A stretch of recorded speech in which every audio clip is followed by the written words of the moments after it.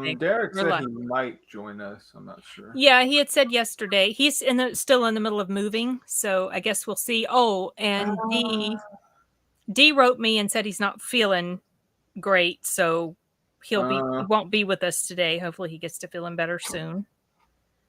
And I never heard from Colin, so I don't know. We'll see if he shows up. That's cool. No, Colin. I sent a link to Matt and Tim, just like, because I'm going to make it a practice now to just send it to them if they're free, if they want to jump on. So I thought I was having a live stream, and Timothy's like, "Why are you threatening us?" Are they going to be able to join or no?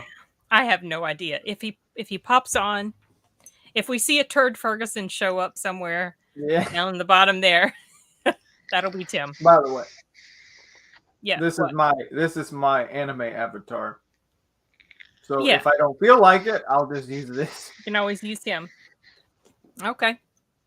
All right. I guess we get started with the year 2004 and maybe the highest grossing films of that year. And actually, okay, I think this is, I'm not sure, is this domestically or I think that's worldwide? Oh, okay, yeah, I see it, worldwide. And surprisingly, Shrek 2 is number 1. Yeah, that did really well. I actually like that one the best of all of them. Hey guys, was I invited? Colin, it's in the Discord. Yes, Colin, it's in the Discord. Me. It's in the Discord chat. Hi, Chris. Yeah, I wrote you and Simon, and Simon responded with like a little funny meme. And it's because he's got a new. Does he have another account? Yeah. Oh crap. Well, hold on.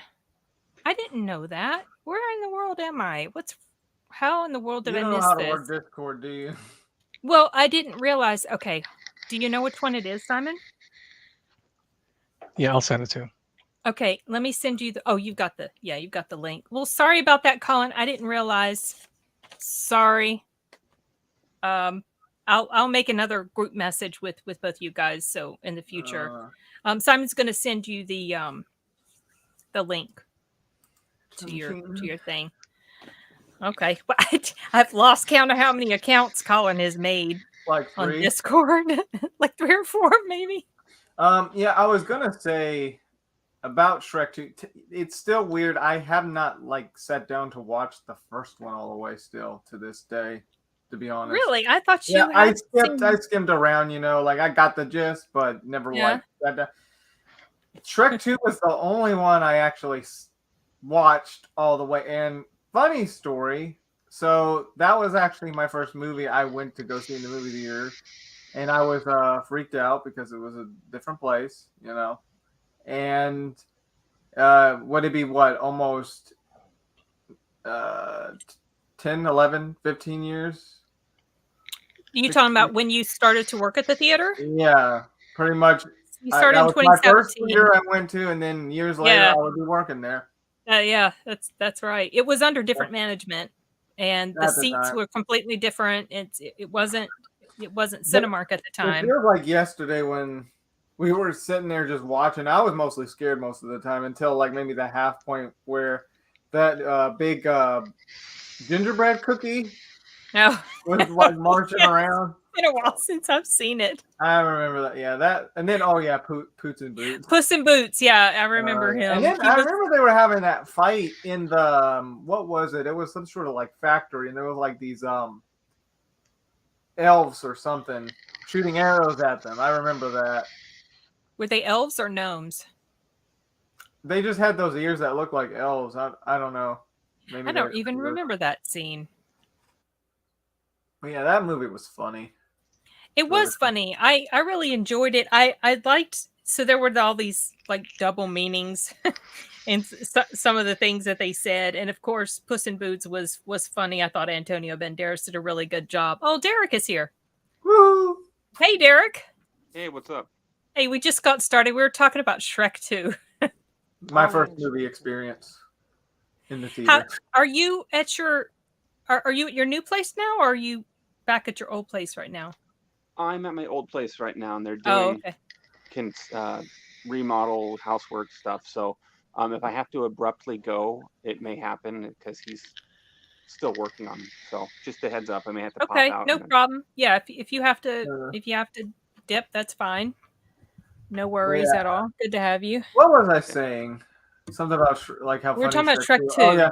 Well, yeah, I know there was double meaning and stuff, but just that series in general was just kind of just funny, making either fun of itself and then old tales from back then, like Pinocchio. Yeah.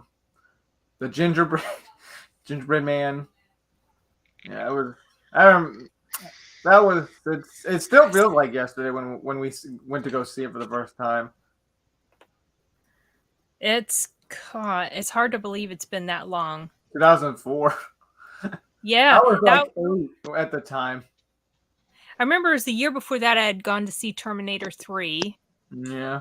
At that same theater. That was when I first started to go to, because also this year I went to go see Spider-Man 2 by myself. There's nobody to watch it with me. You were too young. Me. Oh. No, you were too young. I felt like you were too young. Yeah, probably a smart move. Because I know that scene in the hospital was pretty disturbing. Oh yeah, it was when they were operating on him. I know, right, Chris?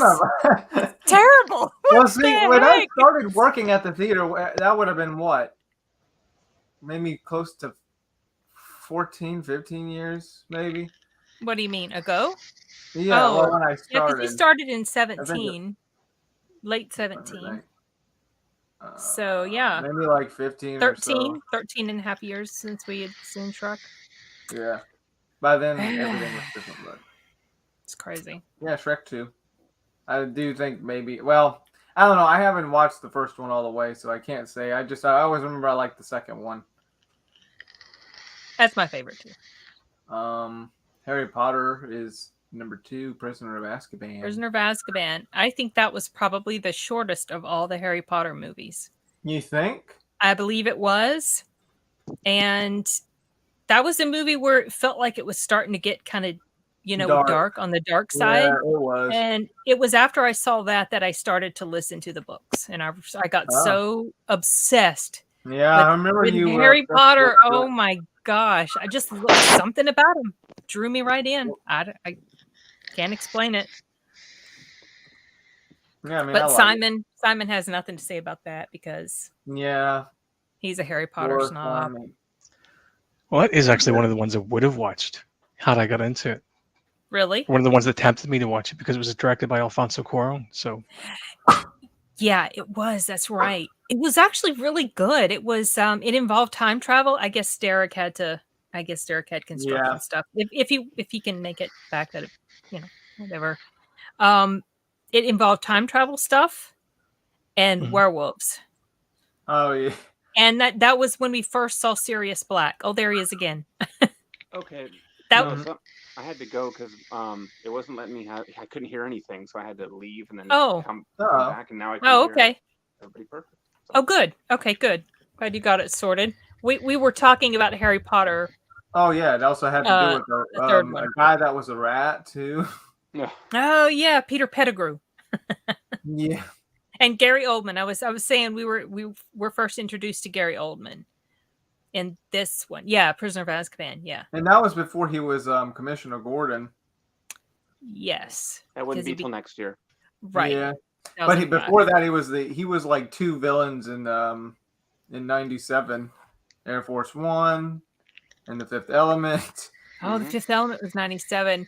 Matt was trying to talk me into going to see that on the big screen because it's coming back to the big screen, The Fifth Element. Really? Yeah, I don't know. I'll probably go see Wrath-a-Con, but I don't know about Fifth Element. You mean Matt Ayer? Yeah. Oh, he mentioned your friend Matt. Yes, he was trying to, get me to the thumbs up. I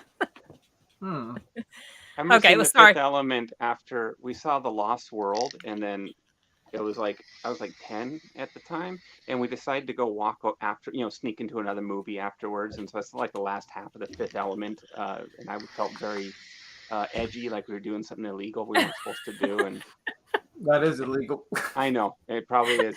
You were doing something edgy there. If you were doing that in my theater, yeah, we would have had a report it. I know. I'm glad I didn't get caught then. It was the time before cameras were everywhere. So what'd you think about it? Fifth Element? Yeah. No, I thought it was weird. Is Luke Besson? You know, he's this. It's like a fun, weird ride, I guess you could say. I watched it coincidentally in 2000, probably 2004. I bought the Superbit DVD, which was a huge to do back then. But I saw it then and I actually liked it. I liked it. So basically, as an adulthood, I liked it. As a kid, I thought it was freaking weird. It is strange. Oh my God, Kobe! Oh, Chris Tucker. He's like my favorite part in that movie. Kobe! I guess I just didn't get the tonal stuff as a kid, but as an adult, I liked it. I thought it was actually pretty creative and fun and stuff, and it was fun. Yeah. Looked good too. So it was. Oh yeah, like especially the CGI. Like in the city where they're being chased, like the cars still seem like they still hold up a little bit. Yeah. A lot of the high-end 90s CGI, when they really had gotten things down, a lot of it still holds up pretty well these days. So it's no surprise. I feel like the original Jurassic Park holds up. Oh yeah. Well. Oh yeah, I agree. That one still looks really good. Yeah, I got my tickets to see the next one. Hopefully it's better than the second one. The second one I didn't like the last one very much. It was like mediocre at best. I didn't. The original Jurassic Park is said to be the inflection point between practical and CGI effects. Mm-hmm. It was, yeah. Yep. It did a good job. Mm-hmm. Number 3, Spider-Man 2. Yes. Mm-hmm. Now, would you say it's better than the first one? Yeah. I think I like it better than the first one. I still really enjoy the first one a lot, but yeah. There's Colin. There he is. Hey, Colin. Hey. Sorry about that. For some reason I just did not know that your Discord account was that makes sense. Yeah. And I wondered why you hadn't responded, because you usually do, and then I'm like, well, maybe he's busy. I know I saw it was up. I was like, what? I didn't get invited. Let's play the Lonely Man theme. Yeah. No, I'm excited to be here. Usually I have like a day or two that I'm all like, oh, it's movie chat day coming. But now I'm all like, I'm like so 5 sorry. I'm saying I'm like excited. Okay. Well, it was originally supposed to be tomorrow. Yeah, and then I realized I forgot that I was going out tomorrow, so we had to push it. Yeah, so we had to do this last minute scramble, and I was like, oh, nobody's going to be able to join because it's so last minute, but you guys are here, so that's great. D, I was telling Simon that D said he wasn't feeling well, so he's not going to be joining us tonight. So we just got started. We're on Spider-Man 2, Harry Potter, Crystal Azkaban, and then we jumped to Spider-Man 2. I agree with Chris that he says still the best Spider-Man film, but Green Goblin is the best villain, which I agree. Yeah, Dr. Octopus was more of a sympathetic villain. He was in some ways. So was Green Goblin. Well, yeah, but at least with Dr. Octopus, he still contains some goodness in him, especially at the end. Yeah, at the end, yeah. You know, it was so good to see those guys again. Yes, it was man, so nostalgic trip. I know, man. Oh man, and obviously William Dafoe, perfect Green Goblin. Yeah, he just slipped right back into the role. Hey, Chibi. Yeah, and like I was saying, that it had some disturbing scenes in it, at least with the whole hospital scene. That one, actually, that was the only one scene that was. It was kind of dark. I think that was the only one, but yeah. Would you say CGI still holds up? It's been a bit since I've seen that movie. Me too. Actually, I couldn't say. I had recently rewatched the first one in preparation for No Way Home, and you can definitely tell the weakness in some of the CGI. Yeah, he looks very rubbery, like there's no weight. It feels like he's flimsy when he's doing his spider sling, flying through New York and stuff. Some of the scenes look pretty. And with the goblin, yeah. It reminded me of some of the early Harry Potter effects where you're watching them, and it's just their ambition for what they wanted to pull off was a little. They were a few years ahead of themselves, Yeah, they hadn't reached that point yet.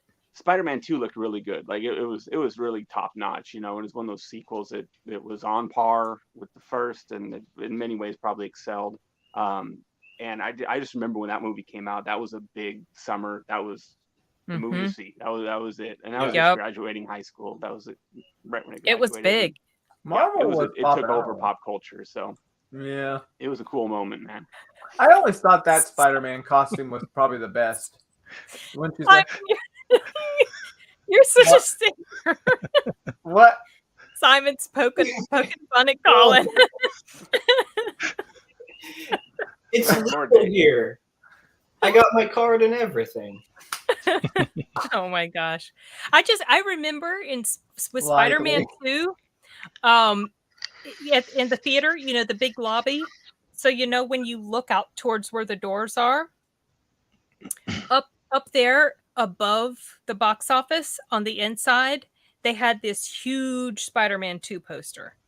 I remember that. Yeah, I remember. Just like when those mega, like humongous posters, they don't put those up anymore in your theater, but they used to, and they're really cool. Those big vinyl things that would just they're like 12 feet long. Yeah, they were huge. Well, it was kind of cool. One thing I remember with Blockbuster Video, you may not remember that, Arturo, but they did giveaways for a life-size Spider-Man 2 statue, and if you go on like eBay or Craigslist, you can sometimes still find one, and they were all individually numbered, and you had to enter like raffle. I don't remember what the promotion was to get entered into winning it, but I think every store gave one away, and it was a life-size stand-up. It's really cool. It'd be a great conversation piece for your house. It's kind of put it in the corner of the living room or something. Yeah, like that. And I'm pretty sure they're expensive now. But look, they're spendy, man. And assuming you even have one that's in good shape, because I'm sure a lot of people won them, thought they were really cool, and just kind of shoved them in their garage, and they got nicked around. You know what I mean? So, oh man. But check them out. It's kind of a cool little moment. I remember was the big Spider-Man display you could win. I definitely don't remember that one. Retro. Yeah. That's interesting. We had a Blockbuster, but I guess I just. Our movie theater is so sad now. Like our big theater in town is like a 14-screen Hollywood theater, and it reminded me when you were saying like we used to have. There's this big lobby where there's all the posters and displays, and there's like the ticket booth out in front, outside, and you get your ticket, and you come in, there's big lobby and concessions, and now it's like no one's ever in the ticket booth. You just walk right in and you get your tickets at the concessions stand, and there's like no poster. It's like empty, and it's just a bummer. It's like it used to make me happy to go to the theater. Your theater's like that? Yeah, our town's like 100,000 people, maybe 120. It's like a college town, and that's our biggest theater. And it's like, it just doesn't feel like it's fun going to the theaters like it was when I was younger. Oh, well, ours sometimes is like that, where you just go up to the concessions to buy the ticket. They were doing that early on, when it would start to reopen, but it's back to pretty much normal now. You go up to the box office and buy your ticket. They have the big, the stands, the displays for the movies. They've got those. We did take one last night. Yes, we did. Beautiful. Oh my gosh. But I'm gonna pretty much cut out the characters and then throw everything else away because I have no room for it. Yeah, our theater is pretty busy.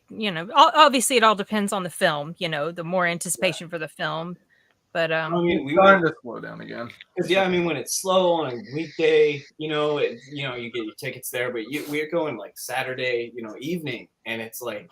And this is prime time, and it feels like it's just kind of dead. And oh man, not that there's no people there, but that there's kind of depressing.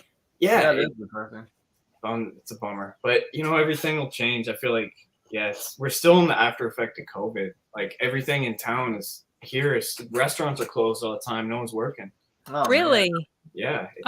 It's completely different in our area. Things are pretty well. I mean, a lot of businesses closed down Mm-hmm. because of the shutdown. So, but as far as people back out and doing normal stuff, it's almost completely back to normal. The theater, it's kind of going back to how it was pre-COVID. Yeah. The downside is there's not enough like good movies to bring people. Like the only one right now would be Doctor Strange, but with it like after the week it was released, that starts to die down a little bit. So we just gotta wait for the next Marvel movie. Yeah, well, I mean, they've kind of. I feel like they're not. They have rescheduled some films that were supposed to come out this year, like the Batman. I think that was rescheduled. Not the Batman, the Flash. That was rescheduled. I thought that Black Adam was rescheduled, but I looked it up and it doesn't look like it is going to be. But they're not doing that as much as they were early on. So hopefully we just need more like better movies. Hey Joe, how you doing? Join us now. Well, if he wants to, we'll send him a link. I haven't sent it to him because he had indicated. I'm pretty sure back then and this year, I'm pretty sure the theaters were busy as heck with all these blockbusters. When in 2004? Yeah. Oh yeah. When I worked at them, like 04, I think 05, 06. But yeah, it was fun. It was busy, packed weekends, packed. Mm-hmm. Wow. Would you say the 2000s were rocking it with movies? They were right. Yeah, I think they were.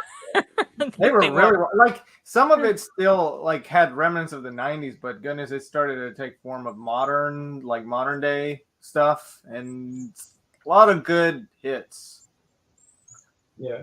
I can't get Simon's picture is killing me. Simon. It's just the expression. It doesn't look clean. It looks dumb. Like he looks like.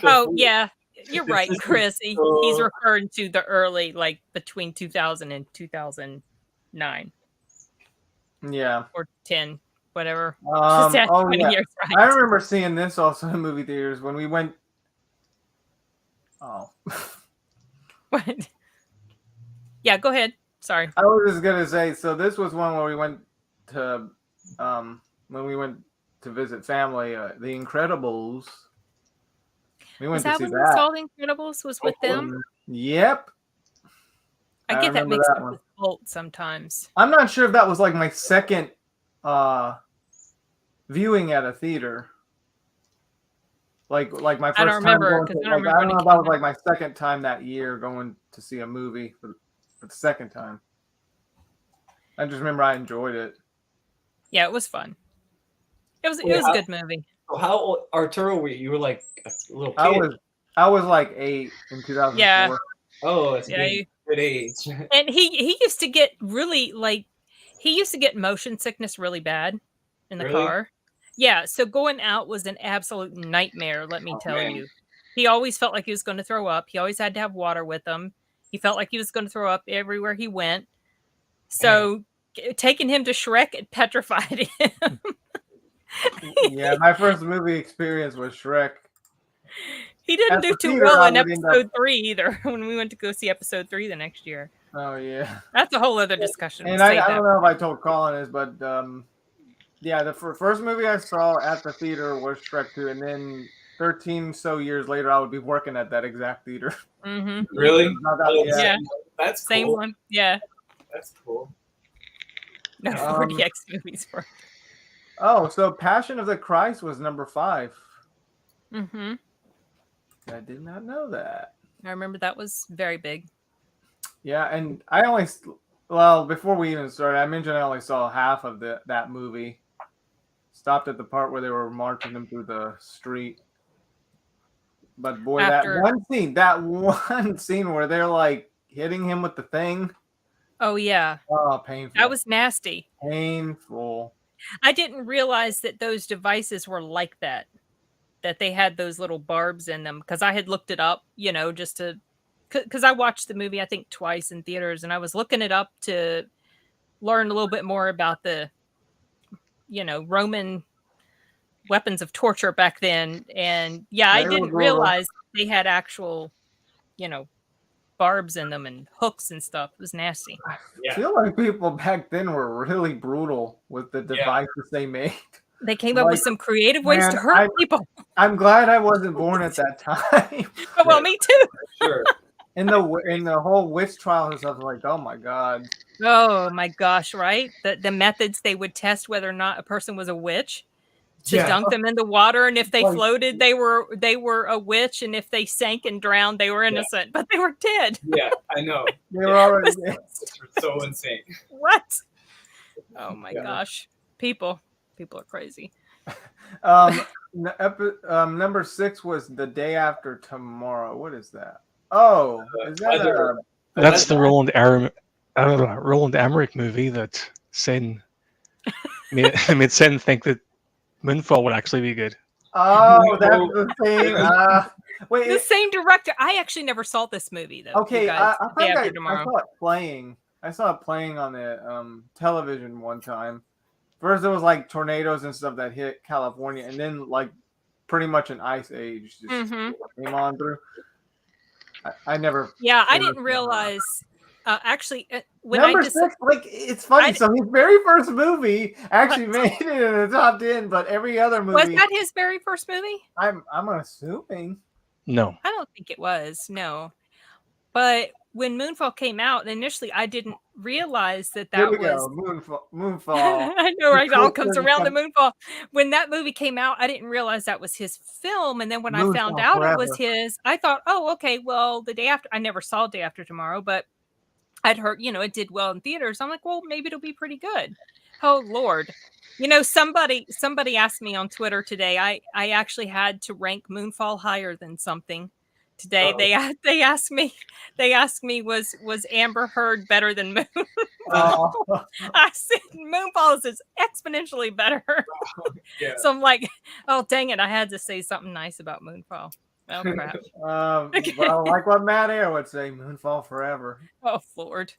Let's move on. Just getting triggered. I am. Meet the Fockers. Fockers? Yeah, that's a sequel to Meet the Parents, which I think I believe we talked about. That was actually I'm not into comedy too much, but I really enjoyed that movie. You like that one, yeah. Yeah. I feel like I don't remember Meet the Fockers as much. I remember thinking like, yeah, it's good, like, but it was kind of like couldn't really. It's one of those sequels where they're like, we gotta. The first one was such a hit, we got to do it again, and you're like, yeah, it was all right, but it didn't have that kind of unexpected, awesome. Yeah, the spark. Yeah, they couldn't capture that magic. Yeah. Nah, should be all right. Yeah, it was. I remember. I think wasn't it Dustin Hoffman and was it Barbara Streisand who played his parents? I forget about if it was Barbara Streisand. Yeah, I think Dustin Hoffman was Ben Stiller's dad. It's been so long. I didn't watch that one as many times. I only saw it once. I think I even bought it just to complete the collection, but I haven't seen it since then. And meanwhile, I've watched Meet the Parents quite a few times. Yeah. Well, partly because my husband loves it, so he will watch it over and over again. But it's a comedy. Sequels aren't always that great. Sometimes you have a hit or miss with sequels. Yeah, it's true. Troy. So, that's about. I like it enough. It's not great. It's okay. Yeah, it has Brad Pitt, Eric Bana in it. And I remember that the story of what happened in Troy, I remember that I had to read the book in college. Mm-hmm. And that was the first time I was exposed to the name Hector. You mean the Iliad? No, it wasn't. I don't remember. It was the battle, between Hector and the guy who killed him. And then he dragged his body through the street or dragged his dead body around. Achilles. He killed Hector. And I remember that was the first time I was exposed to that name. Yeah. And then, of course, like shortly after that was when I met my husband. And his name is Hector. That was kind of funny. Yeah, it's funny. I like Troy. It feels kind of like the ultimate Brad Pitt role. Yeah, and Orlando Bloom was in it, and Eric Bana. Yeah. He played Hector, and the girl Diane Kruger, I think she played Helen of Troy. It was okay. I never forgot the story of Achilles. You know, the whole thing that made him weak. I always thought that was kind of interesting because we read about it in mythology. Just watch the Louis C.K. bit where he makes fun of that. Oh, really? Haven't seen that. It's a good Louis C.K. Achilles heel. That's a good bit. Okay, I'll have to try to find that one. I'm Achilles because my mom bit me. That sounds a little familiar. I don't remember if I have seen a clip of it. I'll look it up and see. Louis C.K. All right. Wasn't there another big war movie? Oh yeah, Alexander came out this year too, which wasn't as good as Troy. Did it? Did it come out this year? I see it on IMDb at least. Okay, that's interesting because he almost played like a similar type of. Yeah, it's pretty. You know, the time frame seemed pretty similar, and he seemed to play the same type-ish character. Yeah. So I remember I would get the two mixed up a lot. I want completely different stories. Like a lot of people, I think Alexander the Great's fascinating, historical character. I wanted the movie to be great, but I feel like, I mean, it's hard to see a movie like that and call it terrible when there's so much great production and battle scenes. But it's one of those I feel like it could have been so much better. Really? Where do you think they went wrong with it?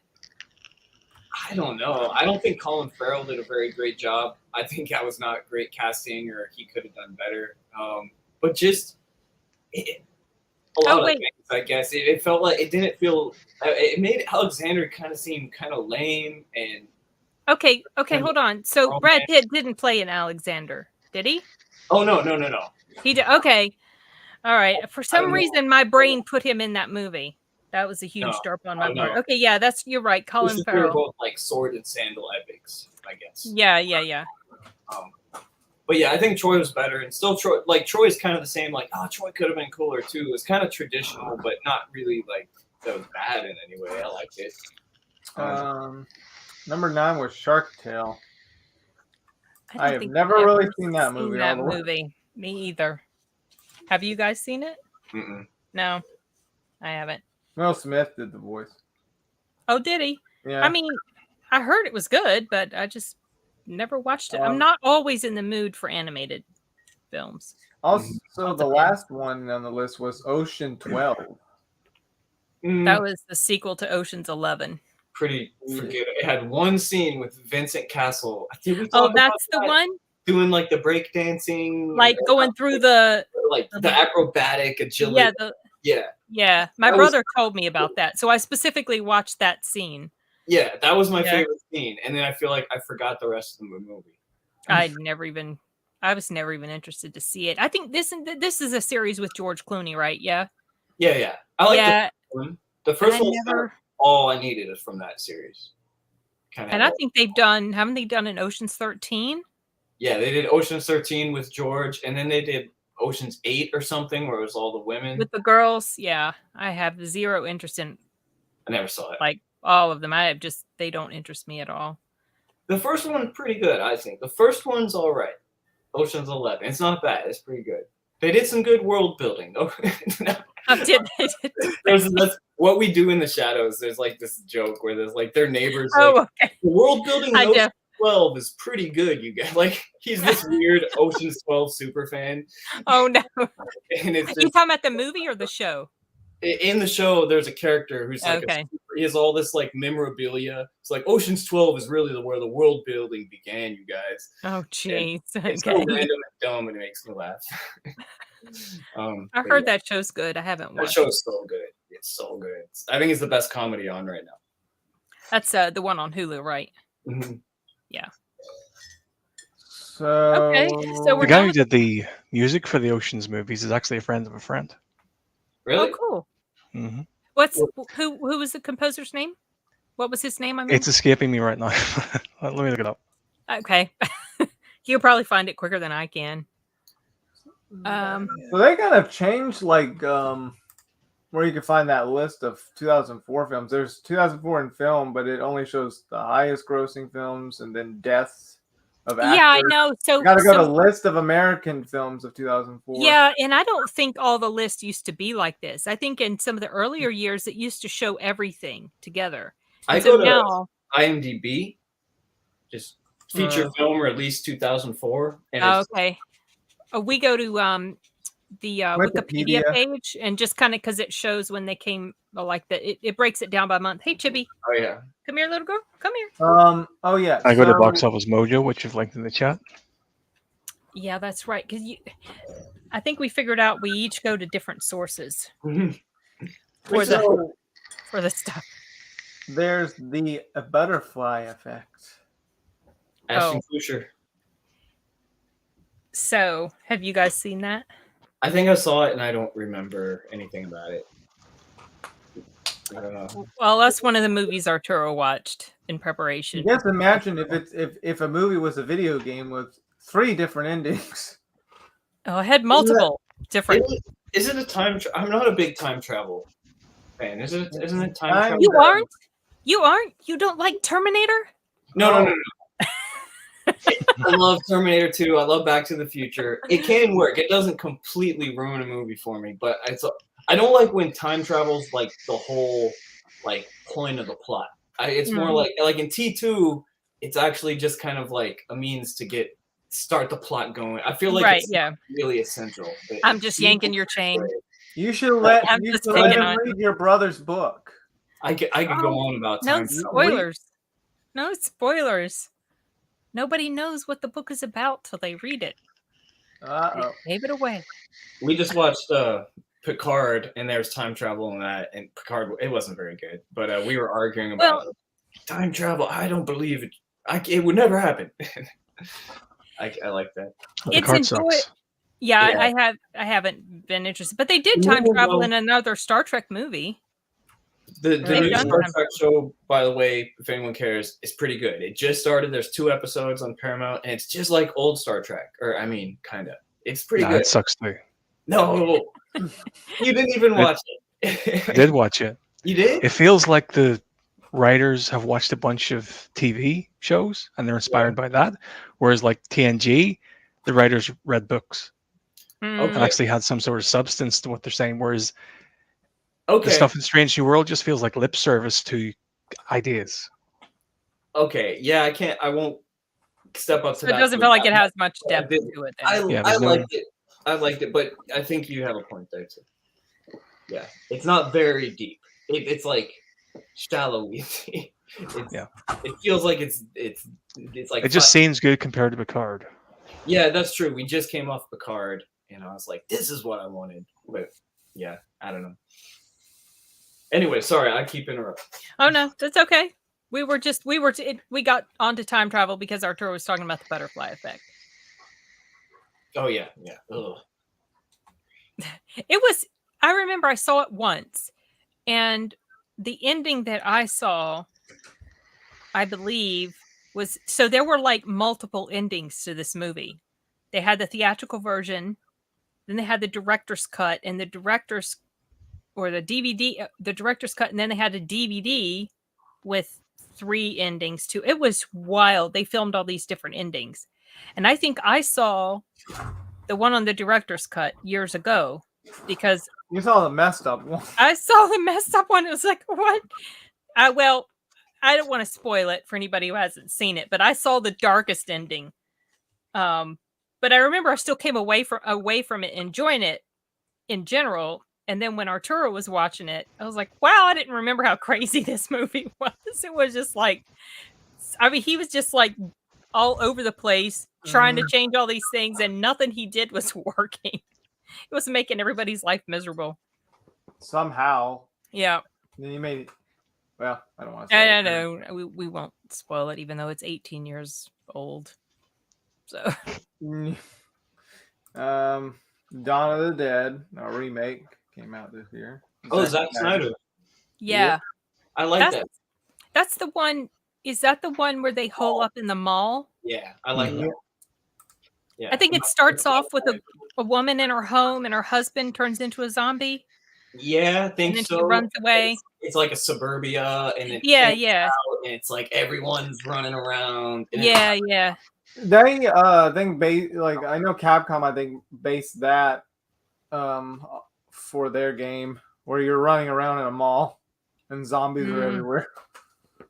Well, that was one I had suggested to you to watch because I know you like zombies, but never got around to it. Sorry, Colin. Go ahead. And it's Zack Snyder. It's a way better Zack Snyder zombie movie than the one he just did. Oh yeah, so much better. Army of the Dead. Goodness, that was not great. That's another movie that triggers me. It's like so the same dude who made Dawn of the Dead still like, don't you know how to do this? Like, right? Get it right once. Well, I think it was a remake of a '70s Dawn of the Dead, so I wonder if that's probably why it was better. That maybe it wasn't his screenplay. Probably not. I don't know. Maybe so. I just heard it was a remake. I think that movie, I remember too, that I feel like 28 Days Later was like the first movie where zombies can run. And then this came out a year or two later. And we're like, oh, it's the standard now. They're running. I feel like that. They're not shambling. They're fast. Yeah, it was not really. Back to that. They weren't fast in Dawn of the Dead? Did I misremember that? I thought they were running. Oh, they were. But a better movie than both of those this year was Shaun of the Dead, where they shambled. Okay. Oh yeah, that movie. That's down on. That's actually so. I only have 2 picked out so far for my top 3, and Shaun of the Dead is on that list. Yeah, that's a funny movie. It was so freaking hilarious. That was 2004 as well. Yeah. Yeah. Look that one. Yeah. We even had the guy that played Watson from Sherlock in it. Martin Freeman's in it? Did he have a little role? Yeah, a little role. God, he was in that. Yeah. I forgot he was in that. I only saw the movie once, but I thoroughly enjoyed it. It was so much fun. I don't know why I haven't watched it again. I guess just haven't taken the time, but it's really good. Yeah, it's so funny. I knew it was funny. funny. They acted like it was like nothing was going on around them, and they just. I know they were so clueless. They thought the zombies were drunk. Oh gosh, that was like my intro to a lot of people's intro, probably for Simon Pegg, who was like went on to become like kind of like a favorite. Like now, I love seeing pop up and stuff. But Did you ever watch Spaced? I did watch Spaced. Yeah, that was good. My dad had the DVD. I don't know why. He liked Simon Pegg. Is he the director that did Last Night in Soho? Mm-hmm. Edgar Wright. Edgar Wright. Yeah, Spaced was good. Yeah, I was pretty spaced when I watched it. That we like binge watched it, and I know I liked it. I think I forgot there was like I know him and his like female roommate. I feel funny, and then the other dude popped up, and yeah, like I'd watch it again. I've already forgot. That's the nice thing about forgetting stuff. Was that a movie? It's a TV show. It's like 2 seasons. Okay. Do you remember Tires? I never saw Tires. No, there was a guy in Space called Tires, the bike courier. Oh, dude, I don't even remember that. No. Dude, yeah, man, it was only like 5 years ago. It wasn't even that long ago.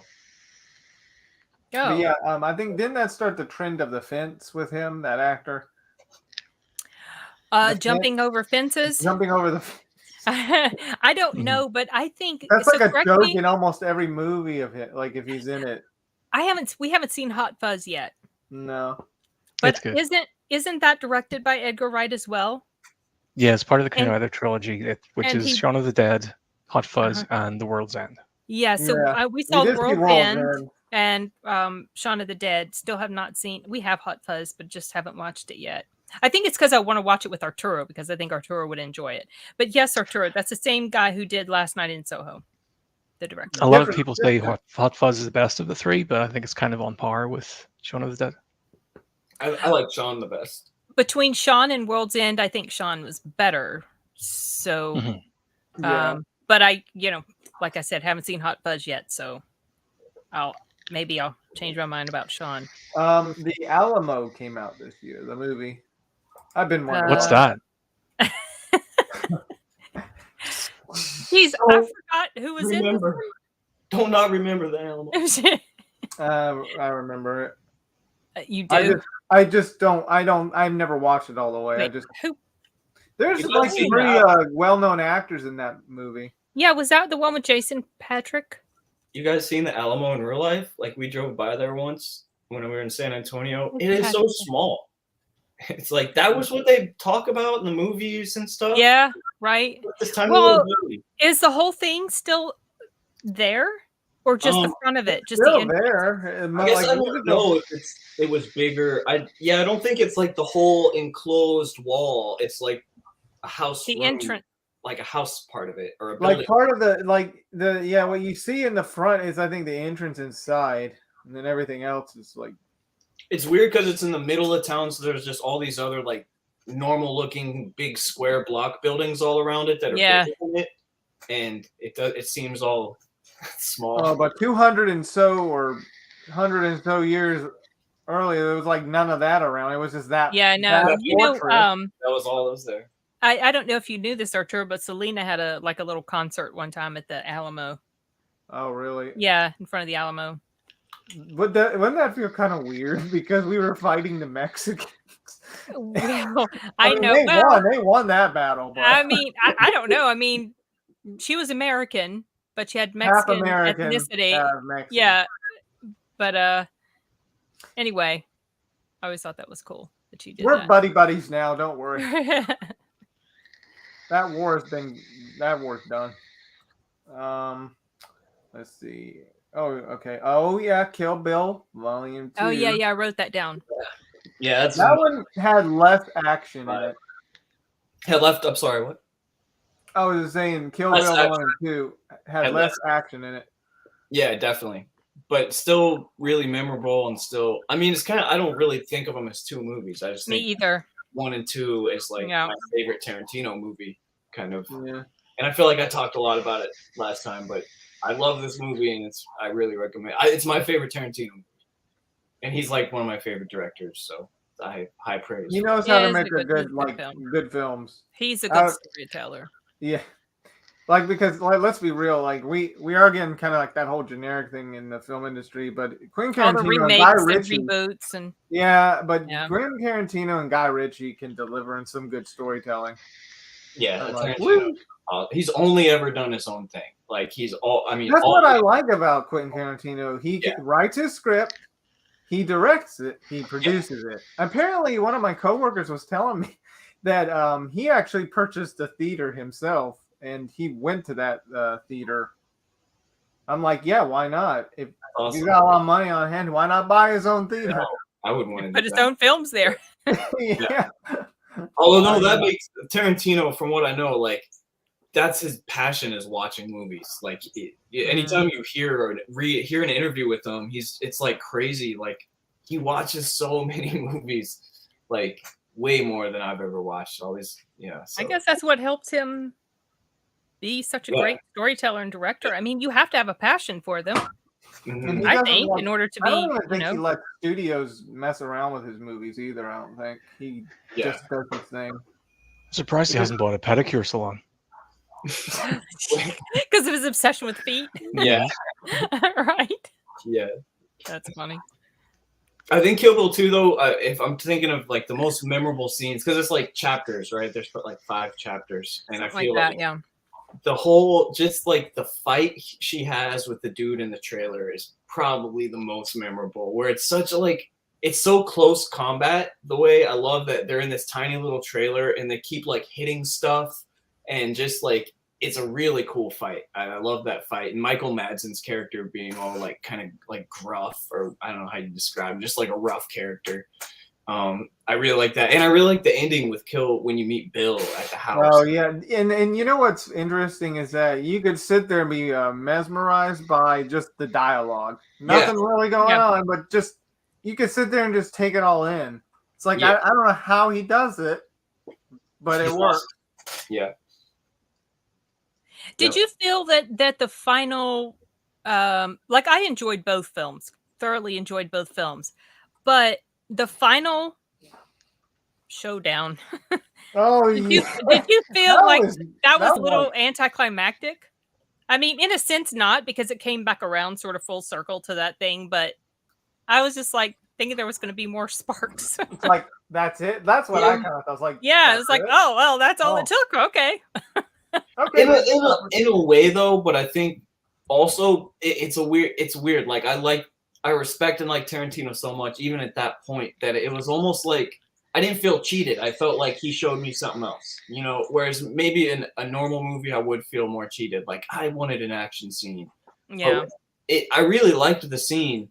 And I think it's really good, even though it is, you know, it's just talking. Like it's way more compelling, like than most conversations. It definitely builds the tension. Yeah, like he does that. Like the tension's rising, and you don't know how it's gonna play out. And it was kind of fitting how she used his move, and it just was against him. And so yeah, I mean, yeah, a little anticlimactic in that I was kind of expecting like a crazy 88 type fight to end it, but at the same time I was like, I liked it though, you know, and we got the crazy 88 fight, and so yeah, I'm happy with how it ends, even though I don't know. Yeah, I'm thinking he might make a sequel to that, I guess. I heard rumors, or I mean, he's mentioned it. You know, he talks a lot that, you know, other people mention that, you know, go back and see like the girl grown up, the Vivica Fox's, right? Oh, the daughter. Like, if you're sure about it, come find me. And he's like, maybe I'll make that movie. But who knows? Who knows? That would be awesome if he did. Well, I'm always going to be down for a Tarantino movie. So, but I heard that he was probably going to be retiring. That's what I heard. He wants to make one more film, the 10th film. He's like said that he's going to make 10 and that's it. So we'll see. We'll see. Who knows? I'm sure. Well, that would suck. You got to imagine he's going to do something. He'll probably write books or do something, you know, maybe be involved somehow. But it would suck if he only makes one more. Feels weird to have that self-imposed thing. But I imagine it'd be pretty good. You know, there's another Marvel movie that came out this year, The Punisher. Oh, is that who was in that one? I forgot. I think Derek talked about The Punisher. Wasn't that is this the one with Thomas Jane? I think so. I think so. Okay, yeah. I never saw that. I don't think. If I did, I completely forgot. All I remember is it had a car chase. Because it was one of those times where I got real high. Oh, jeez. And like the movie changed where I was watching a car chase and I was like, yeah, it's a car chase. And then I got high and I was like, car chases are wild. Like they are dangerous. Like it's crazy that we'd film these. You know, like right. I remember that moment. I know my uncle I remember, I guess that might have been the same year, but I remember he was like looking into like the gameplay footage of the video game. That's when I first got my taste of how brutal his character is.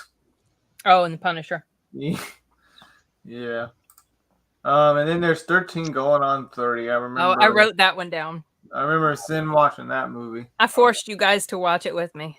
I had seen it and then I forced you guys to watch it. You and Aurelia.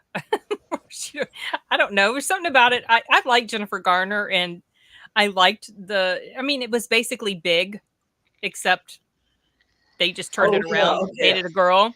Yeah, I remember that. Yeah. Yeah.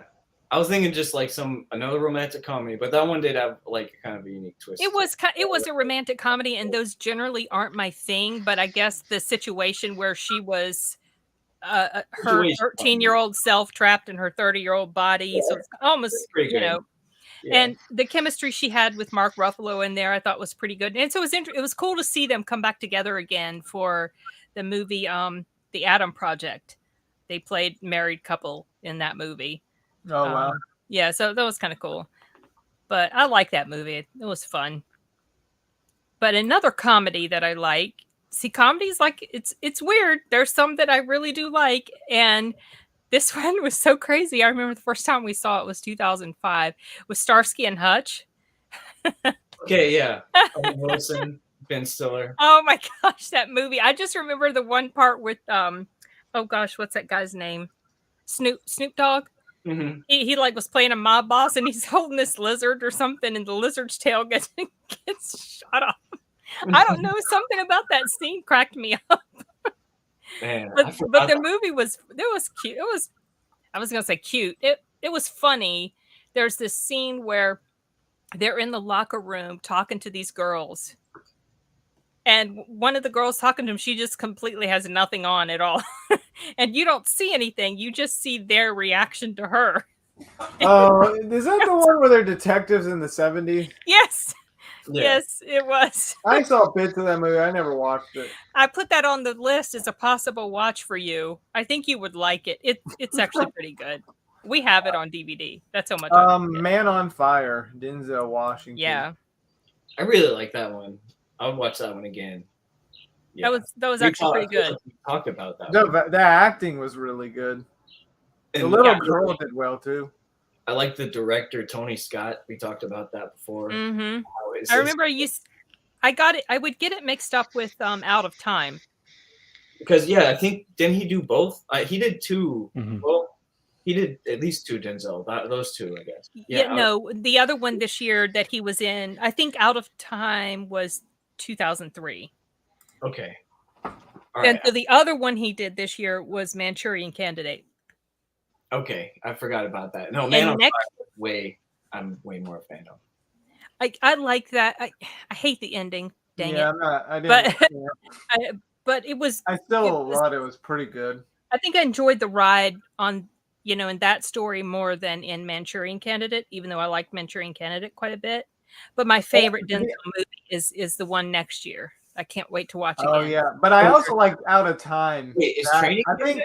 I think no, Training Day was 2001. I thought. Oh yeah, no, we did. You were so good in that. It was what? What'd you say, Simon? What'd you say? I guess 2001. Yeah, 2001 Training Day. Day. So good in that movie. Training Day? Yeah, Denzel. I just hated him being a bad guy. I couldn't stand it. Yeah, but you have to. It's almost like with Tom Cruise in Collateral that also came out this year. He did a really good job. He did a very good job in there. I just like him so much. I can't stand him playing a bad guy. But I know it's spoilers. But what's your favorite Denzel movie from 05? Oh, Deja Vu. Okay, yeah, isn't that a time travel too? Yes, but it's another. That's the other one that Tony Scott did. Oh, did he do that? Really? I'm pretty sure. I didn't realize that. Style of kind of action, it took place in New Orleans, and I think it was one of the first films that they made. No, wait, Arturo, I'm sorry, I'm wrong. It was 2006, right? Yeah, it was 2006. Damn it, not 2005. Because I think they filmed it after Katrina. Mm-hmm. And it was one of the first films that was made there after the city was, on its way to try to recover from the hurricane. Mm-hmm. And so that was kind of interesting. But then also just the whole story of it, a mystery, time travel, sort of romancy type of thing, but not super heavy on the romance. But I don't know. I just really love that film. I think Man on Fire might be my favorite, actually. And Man on Fire was really good.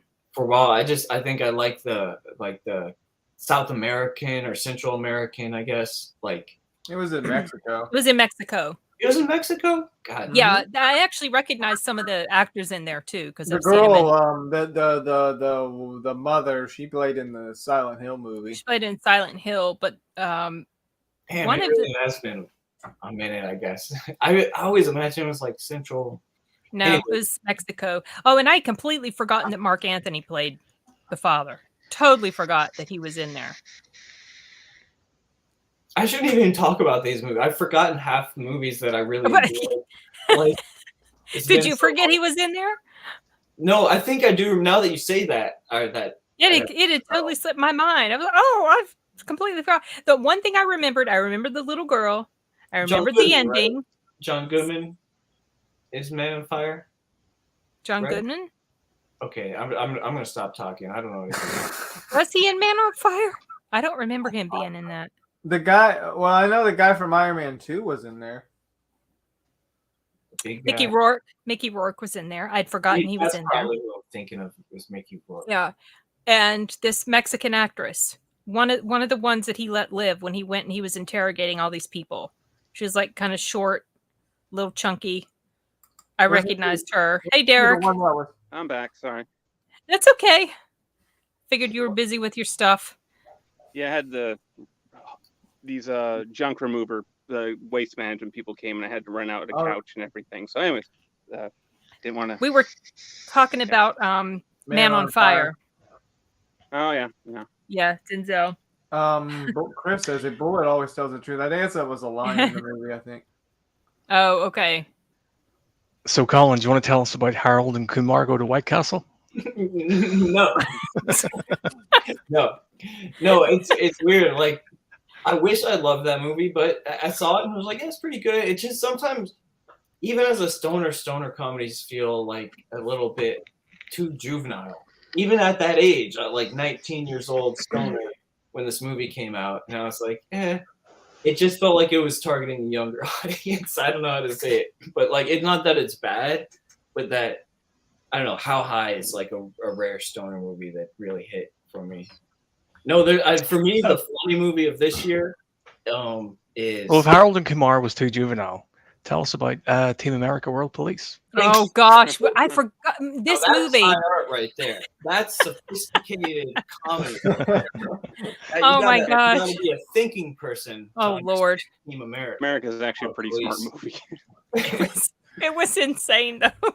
Matt I was just like, I can't believe I'm watching puppets make out. Well, yeah. And where do you see the unrated DVD? It's a even worse. Oh yeah, man. I was really lucky to see that one in the theater with a group of friends that we all love South Park. You know, we got really high, and you know, we were cracking up. I remember the part, you know, when he's throwing up in the alley and everyone's dancing it. Yeah, that part. Just a lot of. That was a great, kind of like with the Jackass movie. It was the same group of friends, my stoner crew, and just that was a great memory. And it's still to this day is like really fun. I've watched it over the years. You know, it's really good, really good. You're lucky, man. I saw it with my mom. That was. Did your mom know what she was getting into, Derek? Not really, and I didn't think I'd get fully either. Really. But I liked the movie. I got the CD back, I remember, and so I knew all the songs by like heart at that point. And actually pretty funny. Like of course, you know, there's the Kim Jong, you know, I'm so wrong, you know, there's so yeah, that's right. I love when he says physic, or like when he tries to say physicary, and you know, they pick the hardest words for him to articulate in that accent, you know, and on purpose, you know, but it fit. It was pretty amusing. I loved, but I loved the Pearl Harbor song, you know, where the whole song is analogous to how he feels about his brother not having his Muppet in his life anymore, and you know, it keeps saying things like I miss you like Michael Bay missed when he made Pearl Harbor, and I need you like Cuba to bigger, and Affleck needs acting school. All these things are just like, oh geez, great. And it was actually pretty funny, which I thought was actually really critical. I mean, kind of almost like beating a dead horse about Pearl Harbor. It's like, get over it, just and turn your head off, man. It's okay. But yeah, I like Team America. It was actually a pretty smart movie, and I liked it. The Trey Parker, you know, and Matt Stone there. I love their political humor because it's like no holds barred, and they spray across the spectrum. You know what I mean? Yeah. Like it's not like they're just kind of like kicking one side. I just dig it because like if you loved the war at the time, they were gonna mock you. If you didn't like the war, they were gonna mock. You know what I mean? Like it was you weren't a safe place to run basically, and I appreciate that kind of humor, you know, and kind of tell it like it is. Is it a World War II movie? Oh no, right. It's World War III, man. It's I don't know what it's a bunch of puppets. Marionettes, marionettes, and it's crazy. I remember it was kind of controversial when it came out because of the whole North Korea thing, right? And I watched it just to see what all the fuss was about, and I'm like, oh my gosh, this movie's crazy! Can't believe I'm watching this movie. I feel like the scene like with those puppets, arms just kind of just the opening about, scene? And they're not doing anything. It's just like. The opening scene, where it's supposed to be like hands out. Yep. Yeah, and that just kind of like it's like, well, I don't know. like literally watching Muppets try to have a fight, and it's as stupid as can be, but it's just, I don't know, it clicked. I loved it. It was hilarious, but it was dumb. But you know, yeah, when they fight and they're just like, oh man, there's so many good. But I was gonna when America Fuck Yeah is almost like, oh yeah, a cultural touchdown or something like that. You hear that all the time. I feel like, or maybe yeah, I've heard that a revival song. People have been sharing like a video online with this like eagle running around, and they're just playing that song or whatever. And America. Wait, is it that song? Proud to be American? No. Oh. So it's basically just America. Fuck yeah. That's basically it.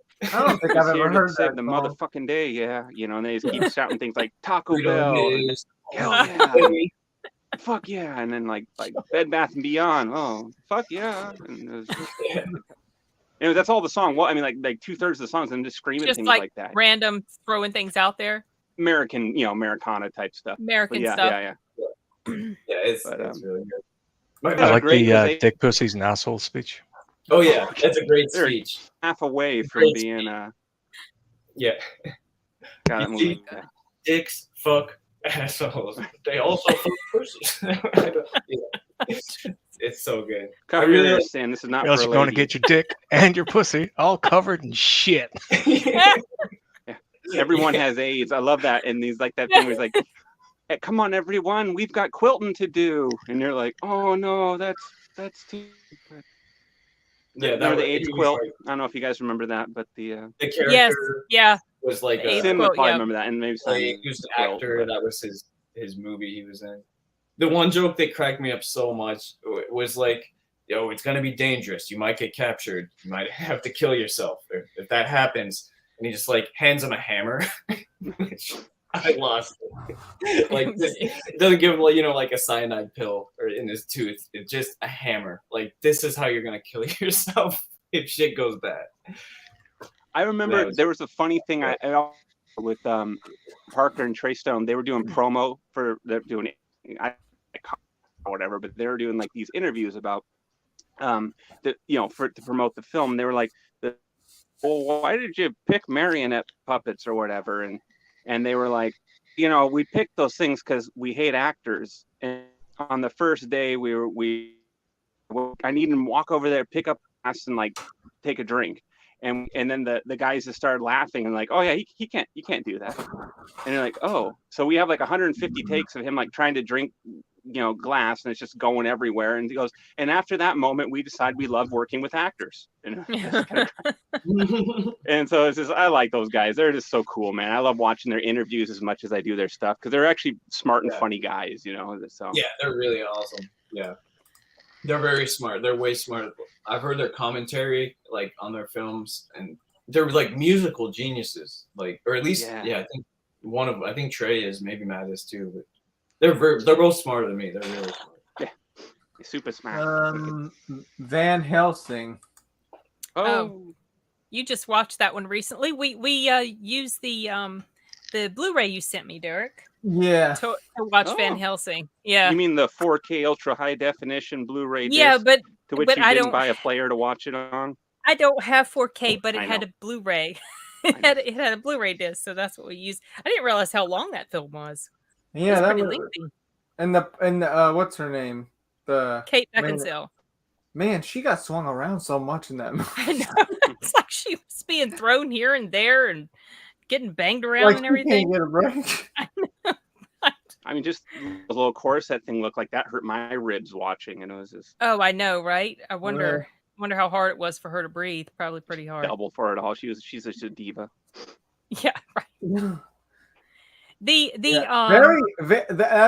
said after we finished watching it, very 2000s. The CGI is obviously the weakest part of the film. I still like it. I still enjoy it, but the CGI wasn't.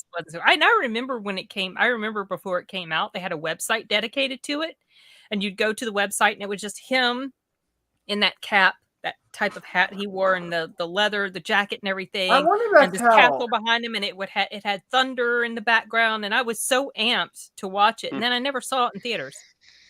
I don't know why I didn't. Just didn't go.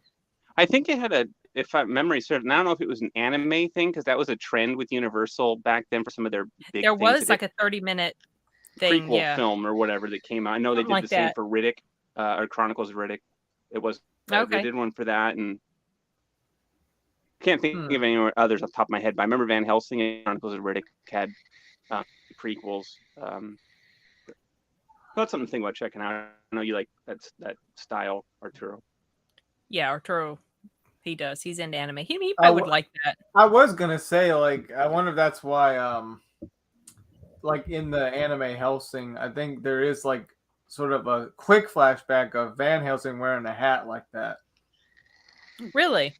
Yeah, it was like, I don't remember that at all. Yeah, I mean, I know in the second episode you don't see him with a hat, but like I think it's like near the end of the show, there's like a flashback. You see a group of guys, like that's during the Dracula book, and I think one of them is Van Helsing wearing that type of hat. And I think that might be the same hat Alucard wears in the show. He does wear a hat similar to that. Yeah. Yeah. With the wide brim and a little taller than normal, with those whatever that thing is called. Sarah Connor glasses. Oh yeah. Right. He does wear those. Okay, so I have a soft spot for King Arthur. Me too. I was going to mention that. Yeah. That was good. Cool. I like the soundtrack. I thought it was really good. I remember I would watch our home videos and play that song and play the video in slow motion. Yes, you took that song and you would play it while you were watching a video of Apapa trying to kick our dog Dora. No. He wasn't kicking our dog. He was chasing the other neighbor's dog. Sandy, the neighbor's dog. Yeah, he was chasing Sandy. And he'd come walking back to the house and you'd play it in slow motion and it's playing the King Arthur music. He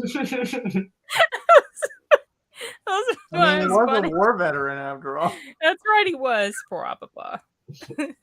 And I would say, what's the girl's name that played Keira Knightley. Keira Knightley. Yeah, she was pretty brutal in this movie. Like especially the final battle. Oh man. I had such a crush on Keira. Like she was just holy cow, way different character. You gave up that crush, Colin. She still looks good. Oh, for sure. Yeah, for sure. That movie ended up different. I was not expecting certain things to happen in that movie, especially with Lancelot. Just knowing the whole lore of King Arthur and Guinevere and Lancelot, so I wasn't expecting the ending that we got. Mm-hmm. Oh yeah, and Skarsgård was he was really good in that. He was. I remember when I found out about how good Skarsgård. You mean the main villain in that movie? It was like King Arthur and some other movies around the same time. I saw them all in at the same time, and I was like, "This guy is cool." Because when you see them all at the same time, you really see they were all different. I think he was also in Pirates, Dead Man's Chest. I think he played. Yes. The dad, was he bootstrapped? Yeah, he was bootstrapped. Yeah. Wow, I didn't know that. It was. He's been around forever, Arturo.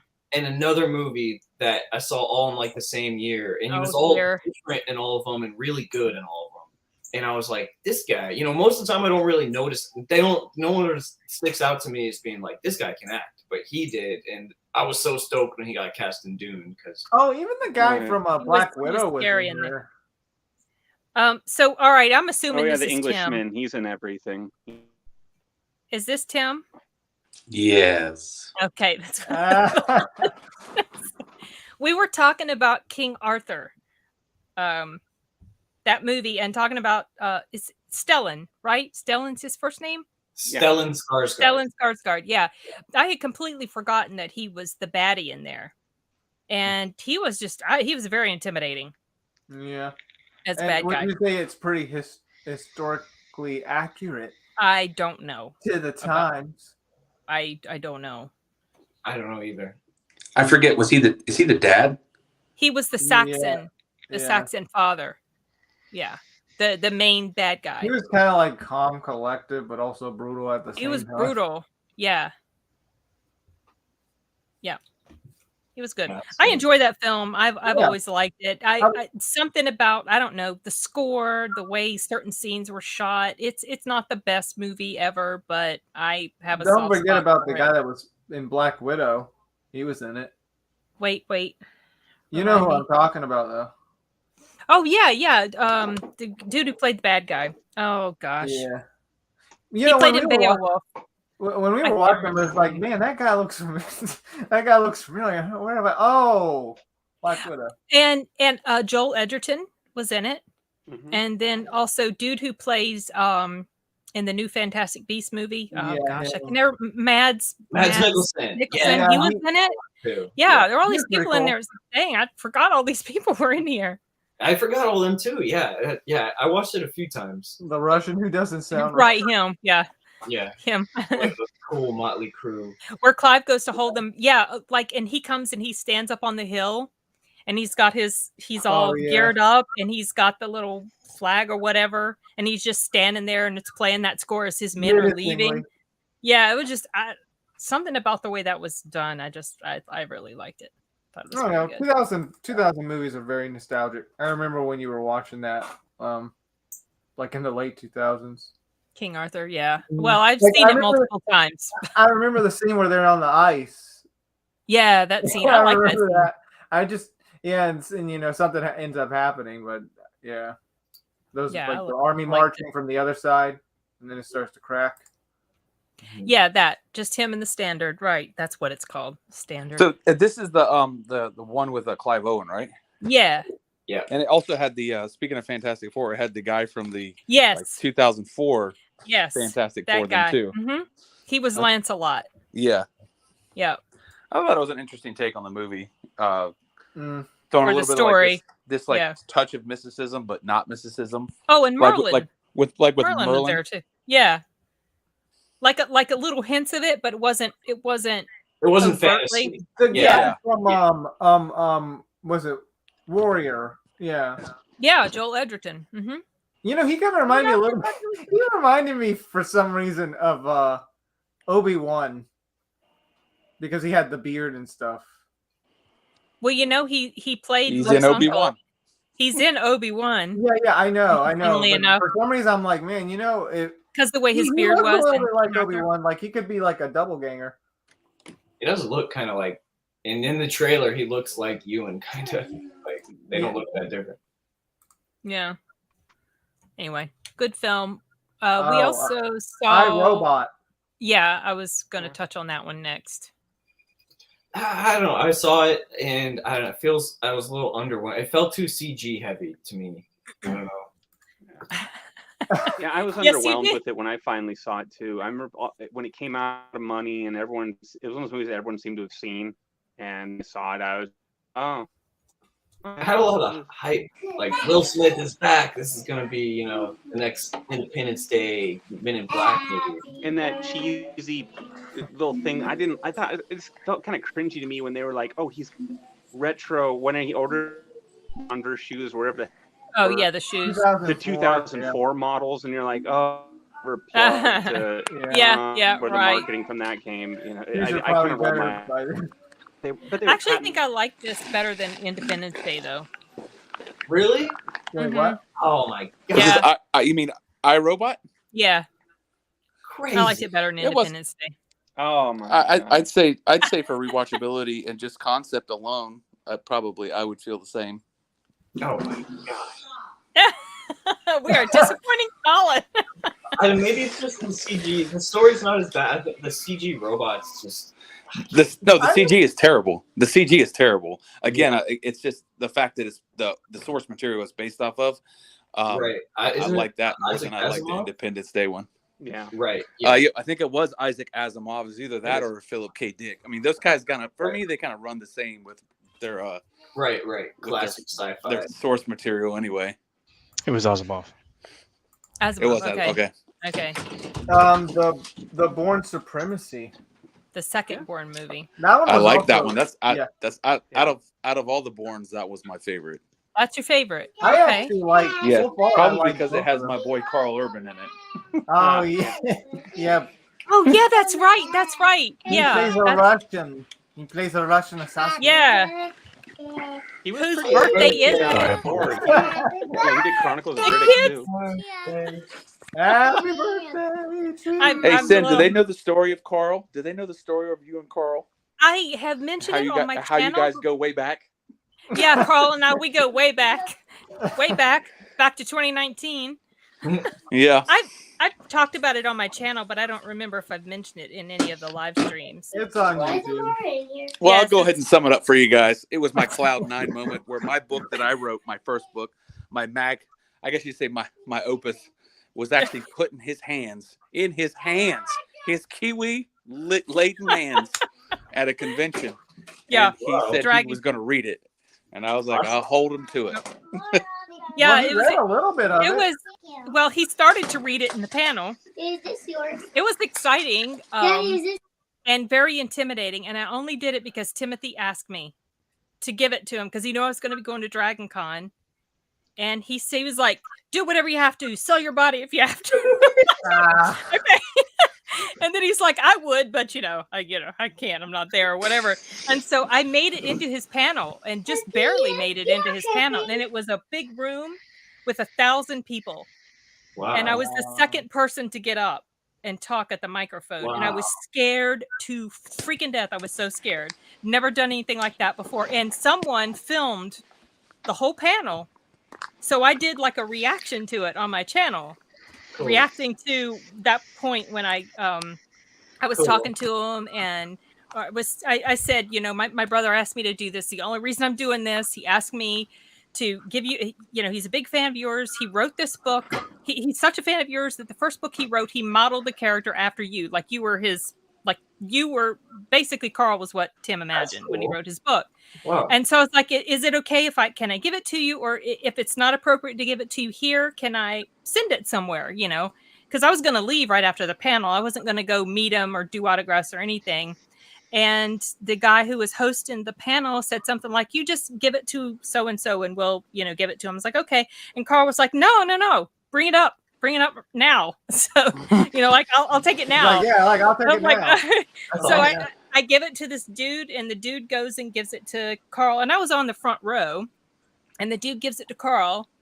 And then Carl starts looking through it, and he says to the audience, he's like, talk amongst yourselves, I'm going to read this book. So he opened the book and he started reading it.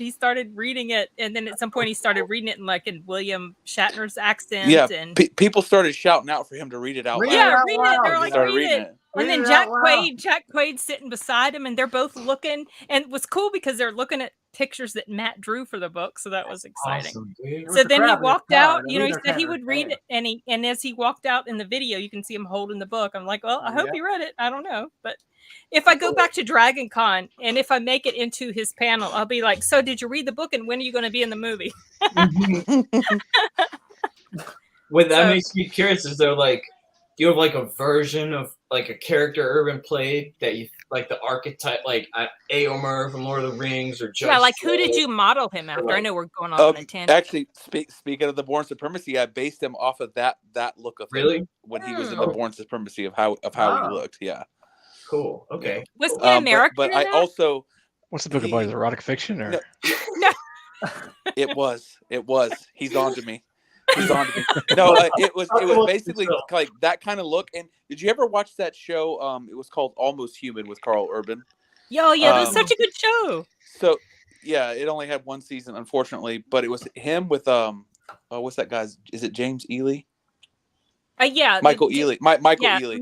It was Michael with him Ealy, and Michael Ealy. It kind of had an iRobot feel to it, but it was like around that time period where I was like starting to write the book, and I think I was watching that, and I'd like Carl anyway. I always thought he was a very underrated actor, and so when I wrote the book, I latched onto him as like, he's underrated, man. Like he'd knock this role out of the park. And so it's interesting because I wrote it. It's been all these years ago, over 10 years ago.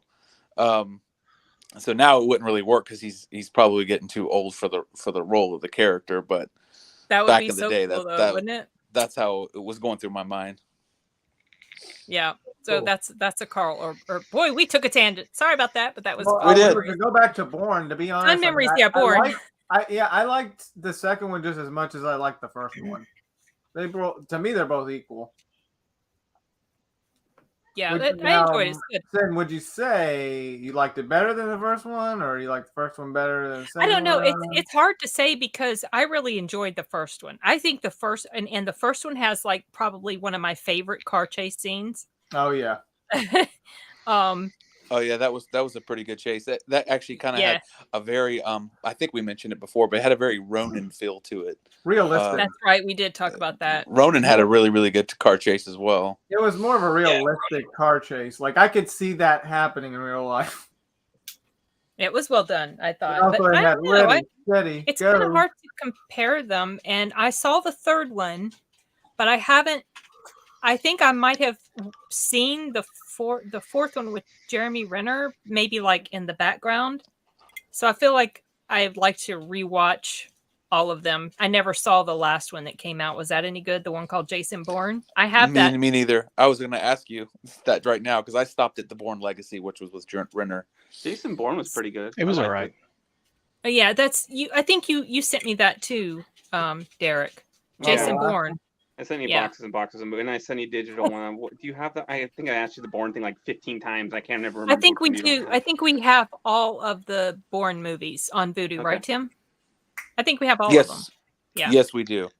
And who's that with the Passion of the Christ, Jim Caviezel? This is Simon. Who do you think it is? That Simon? I was making sure because I don't know who it was, but I was like. At first, I was like, "Man, that's a really bloody Chuck Norris," and then I'm looking closer, and I'm like, "Oh no, that's Jim Caviezel." Chuck Norris doesn't bleed. All right. No, he doesn't. That's why I was confused. That's right. I was shocked. How dare you think that? Who did that to my boy? They massacred him. Oh, Finn, your favorite movie, Catwoman. Oh, jeez. Why are we even talking about this one? What? I wasn't even going to mention that at all. Yeah. I was okay. I'll mention one that I have a soft spot for. That it's not a great movie. Wouldn't be top 5, but I watched it a lot. It's not as good. King Arthur is actually a pretty decent movie. I watched it a ton because it was Keira Knightley, an action movie. So the same thing with Resident Evil Apocalypse. Oh yeah, Arturo watched that. Mila Jovovich, an action movie, and Mike Epps was in it, and like. He was funny, and it's not great, but I watched it a lot. I had before the times, I guess you could. Yeah, I like tomboy action, like skinny, tough female action stars. Jill Valentine, tough and cool and shooting guns. So did you like Domino? Oh yeah, I had Domino. Oh yeah, because Keira Knightley, right? Yeah, it was the whole thing. It was Pirates, Domino, King Arthur, and then Pride and Prejudice, which was actually like a sweet movie. But like, I watched all those movies a lot. When I found out in that 06, 05, 06 era. Yeah, big fan. So yeah, Resident Evil Apocalypse, Mila Jovovich, and that was for some reason my favorite one of all those Mila Jovovich. Really? Evil movies. I don't really know why. Maybe it's because Mike Epps was in it and he was kind of funny, and maybe it's because I like that they were kind of just running around the city instead of being kind of in one location. Initially that was my favorite, but I think probably the first one is my favorite. Well, a lot of people like the second game because it expanded upon the first one, which the second one has to do with Outbreak in Raccoon City, and they just took elements from that for this movie, except they merged like the third one. As far as I know, like the movies weren't like the games at all. Like well, okay, I could give them one credit in this movie. They did get Nemesis right because that's what he looked like in the game. Yeah, but for me, like the games were much more like slow and atmospheric, kind of horror, and the movies were more kind of action. They were more fast action. Mm-hmm. And I never had that creepy suspense where like I imagine like a good Resident Evil movie would be lots of slow, creeping, building suspense and like a haunted house, which none of the movies. All the movies were like action movies, which almost they could just be called something else and it'd be fine to me. And Sin, that girl, the news reporter in the movie, the one that was in Terminator. Oh yeah, and she was in Terminator. Terminator. Genesis, right? Yeah. Yeah, and Fear the Walking Dead, another zombie. Oh thing. Yeah, that's right. I kept forgetting she was in there. Yeah, because we were watching it, like, man, she looks kind of like that actress. Did she eat this today? No. Hey, Mary. Hola, Mary. Yeah, they hear you. Hold on just a second. It's okay. So I was gonna say, the girl that was in what was that movie called again? With Denzel Washington. Man on Fire. Man on Fire, yeah. Yeah. The girl that was in there, and the girl that was in Resident Evil Apocalypse, the news report. They both aged well. They've aged well, yeah. Mm-hmm. Yeah. I keep forgetting what her name is. The girl in Man on Fire. Shoot, she's got a different name. Oh, yeah, Dakota Fanning? Yeah. No. Sorry. The wife. Yeah. The mother. The mother in Man on Fire. She's got a different name. That's gonna bug me now. The first time I noticed her was clips of Silent Hill. No. Radha Mitchell. Yeah, her. Oh. I think that my favorite, obviously, I think the best character in the Resident Evil movie would be Jill. I thought she was cool. Mm-hmm. When I watched it the first time. I love those Resident Evil movies, and I like how they just like Underworld, like they'll just every few years just pop out a new one, and it's just we all just flock and go, oh, okay, cool, and they're kind of nonsensical to it, and not very good, yeah. Well, they're just visual treats, I suppose, and they're simple and they satisfy a little brain dead. I like them, I dig them, and I keep buying the box sets every single time they come out. And I think I bought all of them like 5 times over. Oh my gosh, Derek. My friend Matt, who just buys everything. Yeah, pretty much, man. So I even have my PlayStation Portable. I heard the new one was not that great. The movie, I had entertained the idea of going to see it, and then I heard it was how terrible it was. Yeah, and they tried to merge both 2 and 3 into one. I don't know how you could do that. It was all right. It was very more. I think they tried to meet that want that Colin was mentioning, where it's more it's a slower paced, more atmospheric. They didn't want to go full, Mila Jovovich with her Wire Team type stuff, But I didn't mind it. I thought it was okay. It just felt different to me. Maybe at some point I'll check it out on one of the streaming. So then there's the Manchurian Candidate that was already brought up. Yeah. Well, there was one movie that came out this year that I didn't think I was going to like, but I actually thought it was pretty fetch. And that is Mangerman, the Legend of Ron Burgundy. I thought you were. I honestly thought you were going to say, when you said fetch, I was going to say Mean Girls came out that year. I was going to say Mean Girls, but then I changed it. No, Anchorman was a surprise hit for me as well. I thought it was just the dialogue in itself was funny. It seems like the hit, like the hits just kept coming as the movie went on. It was absolutely ridiculous, but I don't know. There's something about it that was funny.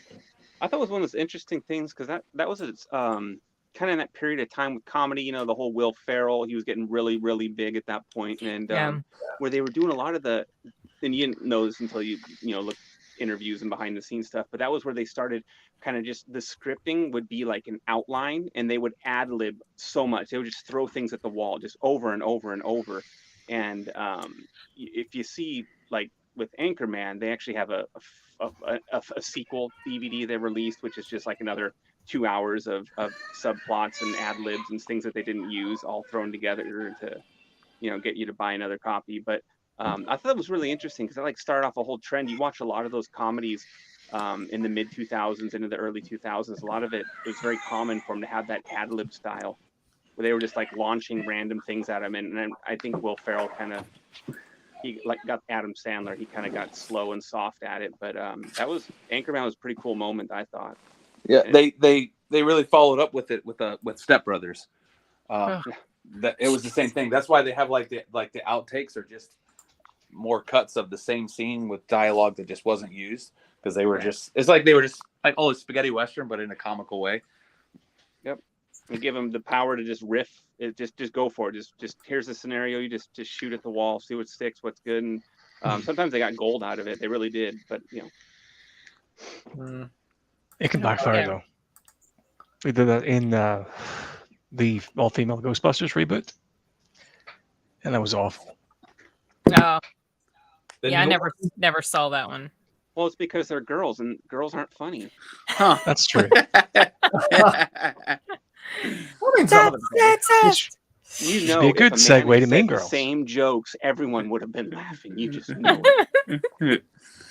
Some people just can't tell a joke. No, man. The Village also came out this year. You never saw that one. That was one I'd recommended for you. No. Is it good? I personally enjoyed it. It's not my favorite M. Night Shyamalan, but I still liked it too. Yeah, Simon. It's different. I hadn't heard of it at all. I just came in one night stoned and cooked some food. Is that why you liked it? Because you were put on a movie and just this weird movie that I didn't even see. I missed the title, so I didn't even know what it was called. So for years afterwards, for years afterwards, I didn't know what this movie was called. That's cool. Oh, interesting. And I just watched it going in completely blind and thought it was actually kind of cool. Probably better way to see it. There was this. I feel like I had a lot of people felt like it was a disappointment, and I don't remember. It might have been a disappointment theatrically, but I think because it was presented as this one genre, and you find out it was something quite a bit different. That's a big part of it too. Yeah, but for whatever reason, I guess I went in there just with the expectation, it's M. Night Shyamalan. There's going to be a twist. And what is this? And I liked it. I've seen it probably 2 or 3 times, and I wouldn't have minded watching it again. We just never got around to that one. I think you would like it too. There's so many films to catch up on. There was a lot that I wrote down actually to watch. I've seen a bit of, yeah, but there's a lot that I haven't.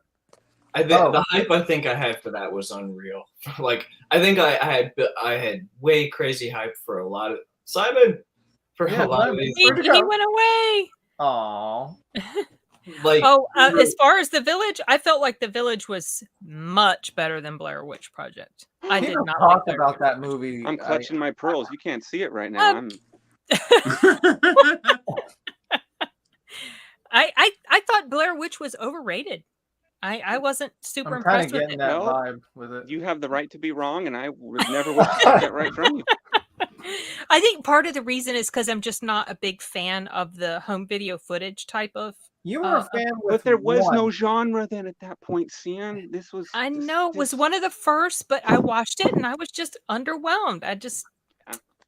I think it's cool that it became such a big hit. You know, it was like this film they made on like shoestring budget and it exploded. That's awesome. Yeah. But it's the package. I just wasn't. And if you were alive in 1999, that was like you could not escape that film. Was definitely alive in 99, and I remember the hype. Yeah. I remember the hype because it was initially being marketed as actual real found footage. You know, people thought it was People real. Believed it was real. I mean, I can name names of people who told me, "Oh no, it's real. It's a real thing." Yeah. Of course, now they don't. Of course, conveniently don't remember it. They claim that, but I do. Well, that was one of the first things I looked up. I was trying to verify, is this really real? And then, of course, immediately you find out it's not. And so then they did that same stunt with the first Fatal Frame game, based on true events or something. It's a tactic. Well, the tagline. I remember the first time I saw the poster for that. I think it was when I saw Phantom Menace in theaters, and they had they had all these movie posters up, and it was just looked creepy as heck when they were like, in '94, these 3 campers went in the woods looking for the Blair Witch. They went missing, and then their footage was found. Here it is. It's like I just remember it was very. At least when I was 13, I thought it was really like unsettling. Like it sounded so intriguing. Had its hooks in me right from the beginning, and I don't know. I dug it, man. I thought it was pretty creepy, and I thought the Heather Donahue especially. I thought she did really good. That was the girl with the snot bubbles, right? That was Sherry O'Terry. Okay. Got it. Very infamous scene, right? Yes, I know. Yeah. And obviously, another really good film of this year is Collateral. Oh, it was a good film. Good film. Love With the Probably one of the Cruise. best like Tom Cruise movies. I'll be right back. What did you say, Derek? Just the deity, the god, Tom Cruise. That's it. Oh, okay. I was making a facetious remark there about his. Out of the whole movie, Actually, obviously sorry, go ahead. I was going to say I find it really hard to watch because of the DV cameras. Yeah. Are you talking about Collateral? Yeah. The DV cameras? Digital video. It was Why one of the first uses of sort of cheap digital video cameras. Really? And it doesn't look right. That became like a really? trend. Michael Mann used. I think he did use it also at points in Miami Vice, and it became in the mid 2000s. You'd see a lot. It was common to see things filmed like that, and I remember it was jarring initially, and it didn't age well. I don't think so. Well, until kind of like the shaky came cam out. thing. Remember that trend? The shaky Yeah, cam the trend shaky in the cam, mid yeah. 2000s. Yep. I know the Paul Bournes Greengrass. had that. Yeah. Yeah, I like it. It's I was in my gonna top say- 3, Collateral. Yeah, I was gonna say like obviously my favorite scene in the whole movie was probably that was it like a club, a dance In club? the Korean nightclub Yeah, with the song playing. where they played Ready Steady Go. Yeah, ready, steady, go. Yeah, All open That one- field. that was my favorite scene. Yeah, that was a cool scene. I like that scene, and I Because that never music's forgot that playing, and song. then there's a bit of a shootout. Oh yeah, there was a bit of People just- shootout. Just a bit of one. Oh my gosh, Tom Cruise was so brutal in that movie. Yeah, he was I like like the that. Terminator. Yeah. Sorry, I reminded you, Steve. You can probably go back and forget it. I like Javier Bardem in that movie. I thought Yeah, he and was pretty cool. I'd forgotten he was in there. And Jason Statham. Don't forget. Yeah, Oh, he yeah, had like that's right. He was in the a 1 second part in there. Yeah. And Mark Ruffalo, he looked completely different. He did, He looked and completely different in that movie. I remember like what happened to him shocked me so much. I was not expecting that at all. I was like, oh man, dang. But Yeah. I had something about it. I really enjoyed it. Thought it was very well done. The dynamic between the character. the characters, the cab driver, and I think Vincent was the cabbie, or was he the or Jamie Foxx. No, pretty much. I think Vincent was the cabbie, yeah. Yeah, the cabbie, and I can't remember the hitman's name, but just their dynamic throughout the evening was interesting. Like that part where he was giving him pointers on how to stand up for himself to his boss. Oh yeah, I and just then thought that going was to see pretty his funny. mom. Yeah, Going and to then see they his went to go see. She held you for 9 months. Married you for 9 months. You can get her some flowers. And then he goes and offers his mom the flowers. And she's like, what do I want the flowers for? And then when she finds out they were from Tom Cruise's character, she's like, oh, they're so lovely. It's stupid. It was fun. Yeah. Fun movie. Okay, Vincent was the hitman. Max was the cabbie. Max was the cabbie. Vincent was the hitman. Yeah, okay. I thought it was good. Well, the confusing part is that he goes around calling himself Vincent. Remember, so that's probably where you were confused. So. Oh yeah, he had to pose as him when he went into the right. Now let's see what you really made up. He kept saying, "I'm Vincent. I'm Vincent." Yeah. Right. Yeah. So another movie that I really regret I did not see on the big screen was National Treasure. Oh yeah. That came out this year. And I really enjoyed that movie. I thought it was pretty fun. I actually wouldn't mind watching it again. Yeah. And I've got a few more to mention. I was going to talk about the Polar Express. Oh yeah, I remember seeing that.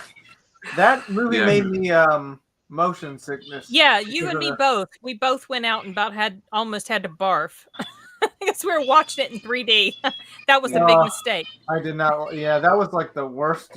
Like I was okay up until the part where they're like on the ice, and then everything else is just so vague because I had my eyes shut the whole time because I was feeling sick. I think the part that got me was when the ticket was fluttering through the air, and you were like following the ticket. No, that was terrible. Was that like a different movie theater we went to? I remember it was. Yeah, that was an IMAX. That was an IMAX screen. Oh, no wonder. Yep. So, and Sky Captain in the World of Tomorrow, we never got around to watching that. Alien Yeah, it was versus like awful. 2004 was like the year of him in general. I can't. Goodness gracious. Jude Law. Jude Law. He was like in so many movies that year. I remember it was pretty ridiculous. Really, He blew up. Had that cool aesthetic that they I remember at the time when it came out, it was a big to do, and then it just didn't really take off. No fun.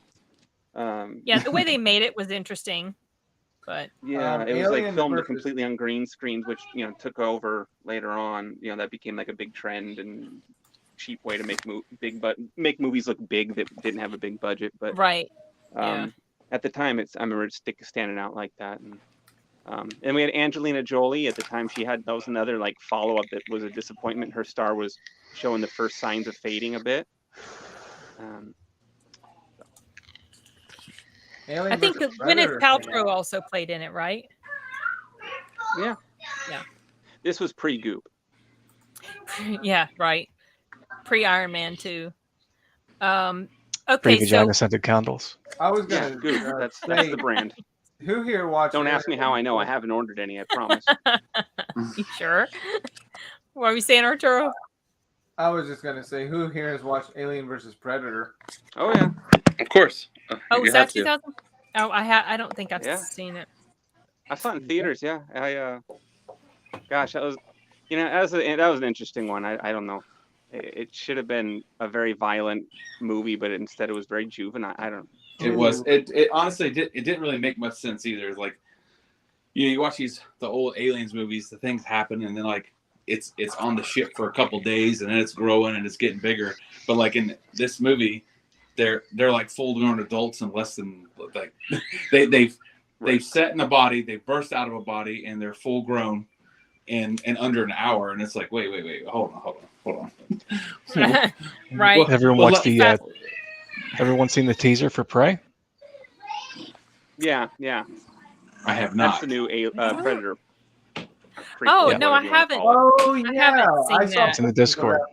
It's like a prequel. Oh, okay. Yeah, no, I think I may have put it on my to watch list, so I haven't seen it yet. Yeah. They're going back to ancient times. Yep, Predator versus Comanche. Oh, jeez. Comanches? I watched that. That's fun, maybe. Oh no. Another good movie from this year, Cellular. Cellular. I love that film. Jason Statham. It's fun.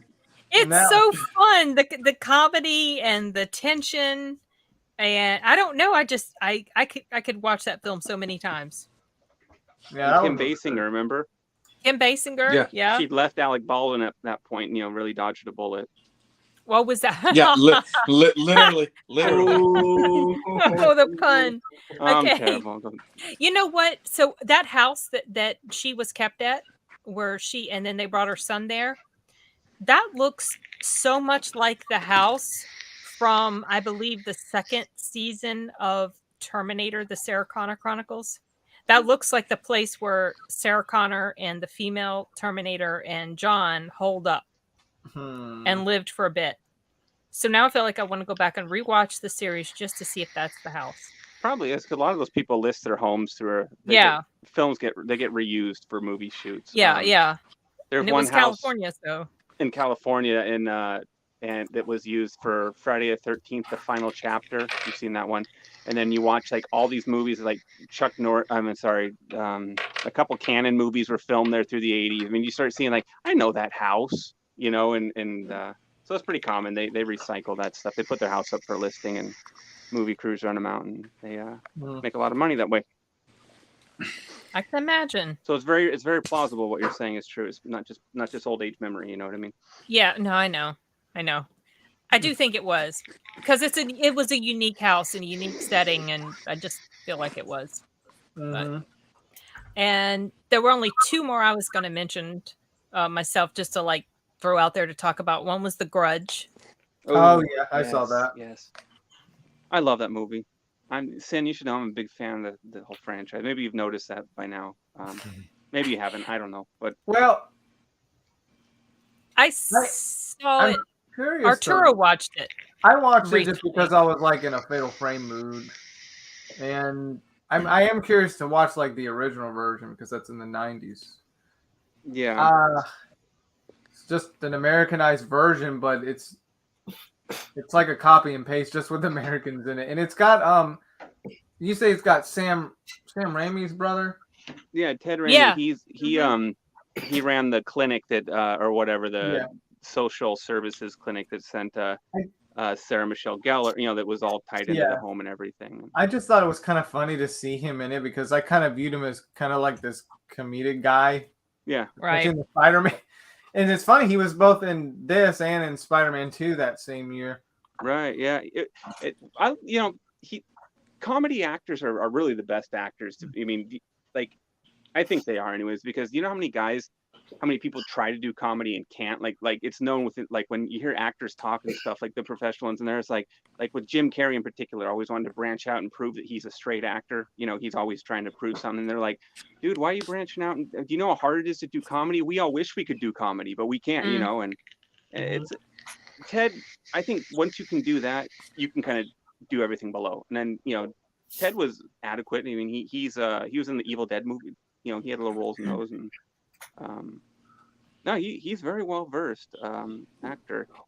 But yeah, if you like, what did you think of The Grudge then, Arturo? Did you care for it or what? I liked it, but it's like that typical horror ending.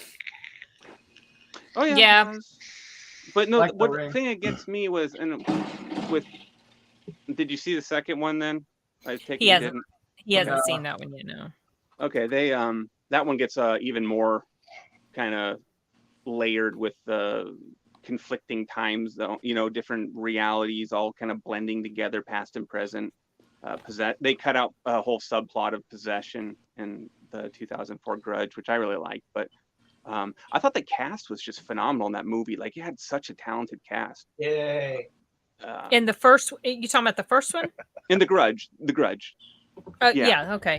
I mean, you can look at it, and it was very timely also at the time in 2004. If you had, Sarah Michelle Gellar and Jason Burr and Bill Pullman. Katie I forgot. That's right. He was in that. Yeah. Mm-hmm. Yeah, and he had the his scene's memorable in the beginning. Do you remember that one scene? Oh yeah. Remind me, because while he was watching it, I was working. The first thing that happened, spoiler alert for anybody, but the first thing that happens is you see him kind of looking nervous, and then he jumps out off the building. Oh, okay. From his balcony, he just kind of leans over and falls, and you're just like, oh god. Yeah, that's right. Yeah, it was pretty gross and graphic. You see his legs all. I remember being pretty nasty, and it's also got the girl from The Faculty. Yeah, Clea Duvall. Oh yeah. One thing that I always remembered about that movie was the sound that ghost thing made. It was super creepy. Like this inhale of breath while you're making a sound, while you're making a noise. It's creepy. That was actually the director, Takashi Shimizu. He did that with his throat. He really practiced that was it. Him.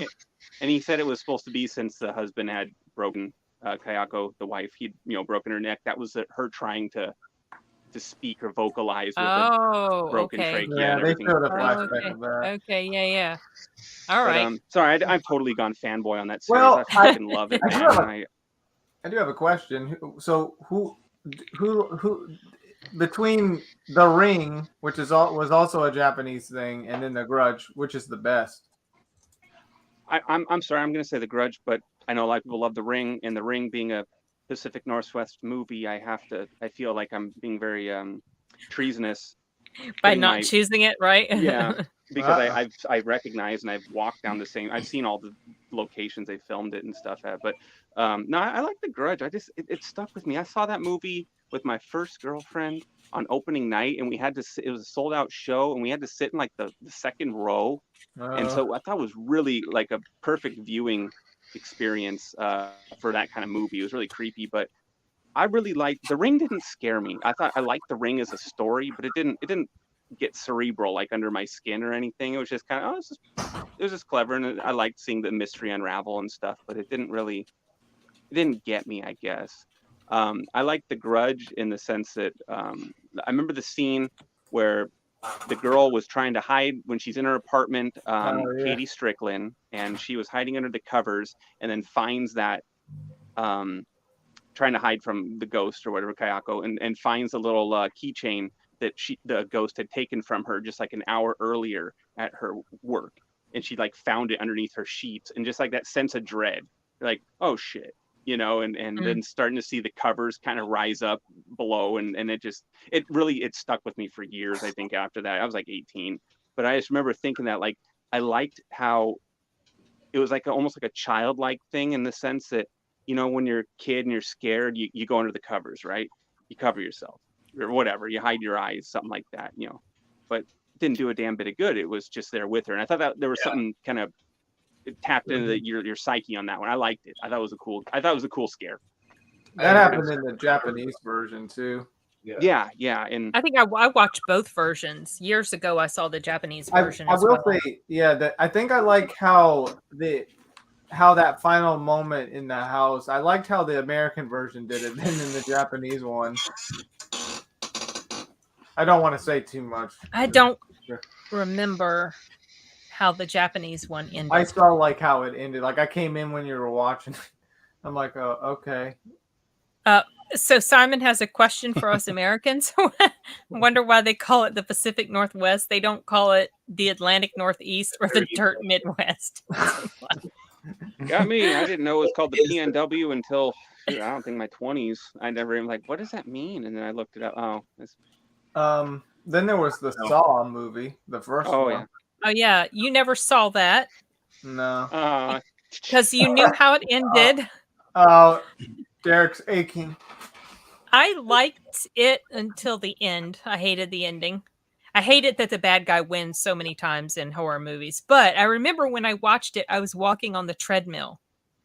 And when the scene happens with Danny Glover, I just about walked right off the treadmill. I couldn't believe they killed him. I had to grab hold of the handlebars, and I was like, oh, shit. Because it just shocked me so much. I was not expecting that.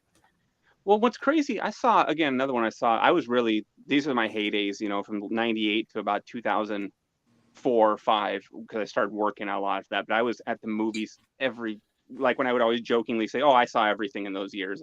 This is kind of my last year of it, but I saw Saw opening night, sold out in downtown Seattle, and it was cool, and it's so interesting, though, thinking you can kind of remember how you felt watching it, and like how it just seemed like a one-off kind of movie. And then all of a sudden it like, you look at it now with hindsight, how it exploded in this franchise. It was super gory. It was just, you know, ripping people to literal pieces. Just, they got as disgusting as they could possibly imagine. And it kind of became like it set the trend for horror, you know, for like half decade, almost 10 years, you know. And so it's really interesting to think back on like how Saw was. And it actually feels real tame, you know. Compared to where it went. And you know, I like Saw. I like the first one. I think it's actually a decent movie. I thought Cary Elwes was good. Tobin Bell, I thought he's a good actor. He does a lot of cheap shit, bad shit, but Simon, they call us the flyover states. Yeah, the flyover state. Yeah, because your votes don't matter in the scheme, so they don't even bother with you. But did any of you guys see Spiral? I know Arturo watched Spiral. I saw that, yeah. I haven't seen it yet. I don't remember that one. It just came out last year. It had Chris Rock in it. Yeah. I didn't see it. I want to see it just because I want to see him playing a non-comedic role. I don't think I've ever seen him. Fine. I mean, like, I know the beginning he was a little bit funny, but after that, it was Chris Rock being Chris Rock, you know. Yeah. Was Saw 2004? Yeah. Oh man, I didn't like Saw. Like, that really turned me off to horror. It was like, it kind of like unsettled me that it was so popular with people my age, because I was like, yo, this is bad. Like, and so that and Hostel, like, I was like, I don't want to be watching this stuff anymore. Like, I hated Hostel. I couldn't stand that one. Like, there was no I didn't get it, and especially the second one. Like, I watched the second one, I'm just like, I really don't get this. And it really makes me look down upon Eli Roth. I know a lot of people like to praise him in that moment in time, but I thought he was kind of a one-trick pony, and he wasn't even good at his trick. Yeah. It makes I forgot to say earlier. I was gonna say about The Village and M. Night Shyamalan. Man, I feel very few writer directors have had the kind of 1, 2, 3 hit right out of the start, right out of the gates that he had. Like it's pretty rare. Like his first film was Sixth Sense, Unbreakable, Signs, which I loved all. Not I everyone. love Signs so much. Yeah. I loved all 3 of those, and at that point, I was like, "There's no way The Village isn't going to be like one of the best horror movies I have ever seen." So that was my hype. My expectation is this is going to be one of the best movies, and I think that was like, it's really hard to live up to that kind of expectation. But yeah, M. Night was the bomb for like the first 3 movies, and then that I think The Village. You jinxed him. Yeah, I know. I think it was Lady in the Water when he started to get like people started to push back on him. Like everyone was like, "What?" I didn't care for that film very much. And then I think they became almost that reactionary.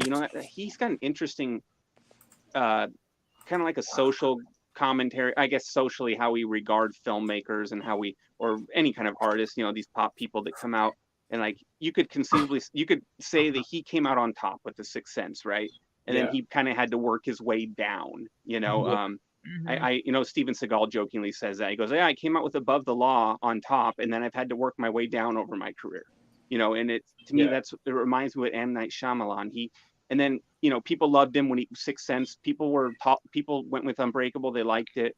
Signs, people really liked it, and then The Village, I think people still generally liked it. And then Lady in the Water, all of a sudden, it's like the tide turned to where it now became really trendy to be like, "Oh, I really don't like M. Night. He's just so overrated," and it just kept growing and growing, and then he became like a bad joke. Like people would go, like he actually became toxic. They wouldn't put his name on movies. They wouldn't let him make movies, and no one would back his movies because there was so much just recourse. And like you see, he actually kind of got his feet wet again after The Happening with producing Devil, which I actually thought was a pretty good movie, but that one. The elevator. In the elevator? Yeah. Oh, that was actually pretty good. I like that one. I like that too. It was creepy, and I remember just seeing the trailer for it, and I was like, "Oh, I got to see this." And then they said, in kind of little print, M. Night whatever presents, but they were like trying to downplay his involvement because he had become again so toxic, and then now he's been able to kind of, Glass came out, Split, those ones, and people. Split was kind of felt like his comeback, sort of, kind of. It was a low budget movie. Like that's the only way he'd get a movie made now was if he basically had no real studio hands in it, and he had a little budget. Then he kind of do his thing, and they would take a gamble on him, just because his name will get people to rent it at least. But what came out first, The Devil or Tenacious D tribute? What's the Devil? The Devil movie. The Devil movie. I don't know what year it came out. Are you being snarky, Simon? Well, when I think about it, they're exactly the same ending. I forgot about that movie. I never saw it. So Jack Black's the Devil, and then Little Grandma. I didn't see Tenacious to Pick a Destiny. Wait, I have to see Joe though. Joe didn't mention Team America. What's up with that? No, he didn't. That kind of surprises me a little bit. Actually, I was going to mention it. I would Team America or Secret Window? Team America. Oh yeah, they were talking about. But he didn't mention it as an honorable mention, even. No, he didn't. Oh man, he didn't. Secret Window was good. That was pretty. Yeah, I be invited back. What's that? What'd you say, Simon? He won't be invited back. No. He did give Anchorman and Kumar and Aviator, which I haven't talked about. The Aviator. That was a very good film. I love The Aviator. I thought that's in my top for sure. It's a beautiful film, and it's kind of cool at the time seeing Kate Beckinsale in kind of a supporting little role, because she wasn't even really publicized much, and she was in there. And I didn't realize she was in there. Yeah, she was one of. She played a real life person. She was one of one of his love interests. Yeah, because he had like 15 dozen of them, but Yeah. Did you see? Have you seen it, Sin? The Aviator? No, we talked about it. Maybe on the last stream. Probably. I probably. But I haven't seen it. I haven't seen You it. We brought have it it. I up think as we an got it. option. We just never watched it. It's awesome. I love the movie's great, and I also think Howard Hughes is had a fascinating life and a really interesting person. And I mean, I think people are like Elon Musk is amazing. Like Elon Musk is nothing compared to Howard Hughes. Like Howard Hughes, at least from what I have observed, like in my mind, like Howard Hughes was really like a rich, crazy playboy innovator. Like, and he was fucking cool. Like he was fucking test flying like the late state of the art fighter jets and flying planes. Maybe not fighter jets, but like planes and shit. He was test flying the fastest planes in the world. Like he wanted to fly up. Like he was so fucking cool, man. And in a lot of ways, he was also kind of weird, and he became really weird as an old dude. And his life is just fascinating. And I think they did a good job of the movie. Like it's Scorsese and DiCaprio, and they always kill it. I liked it in that film how they covered his obsessive compulsive disorder later on in his life, like taking over before they really had names for that stuff. They kind of did it like in a serious way, not like in movies where the only time they usually ever show that one is when it's a joke. You know what I mean? But like it was really pretty debilitating to him, and so I thought that I liked that. It gave a lot of credit, and I wouldn't expect anything less from Scorsese. He's a serious guy, but I appreciated that. I liked that. Gave it a lot of credibility to me. I always say that when he was in the room and like Alec Baldwin's blowing smoke through the keyhole to freak him out. Yeah. Like, why don't you come out and talk to me, Howard? And he's like, I'm sick. I don't want to get you sick. I always say that. I've seen the Spruce Goose. I've seen that one in person. Down they had it in Oregon for a long, and I think it's still there. But in what in person? The Spruce Goose, that big plane he made at the end. Oh, cool! Yeah, that enormous dude. It is freaking. The Hercules, dude. It's the Hercules. The Hercules. I'm sorry, whatever they called it. Yeah, the Hercules. Dude, that thing is enormous. You would not believe it, like until you really just were standing right next to it. Like you can't get the magnitude for how. Yeah, I can't imagine. So it's crazy, but it's that. Well, great movie. I think you should check it out. It's not as big as like a C5 or C17, is it though? Right? I don't know. I haven't seen those. Maybe you look up the numbers. But I'm just saying when you're standing there. Blue. I don't know. Maybe. Well, no. You probably know more than me. I shouldn't say that. If what you're referring to is like the biggest carrier thing ever. Yes. Yeah. Probably. Sorry, Steve gets my Spruce Goose. Get into. He got it. I misspoke. Sorry. He got my reference. The cool thing about the Spruce Goose was it was made out of wood too, mostly, I guess, and it didn't fly like way high. It got it like 50 feet off the ocean and went back down. But for the 30s too, that thing was retarded. Well, and he was such a revolutionary. Remember, the movie documents that, like how much they were like, you can't make that. That's never gonna work, And he made it. Yeah, made it happen. Yeah, Way of the future. Yes. Way of the future. That's another one. Way of the future. I say that a lot. Way of the future. Way of the future. Wait. It's too bad he had to deal with OCD. Yeah. But man, I would live his life.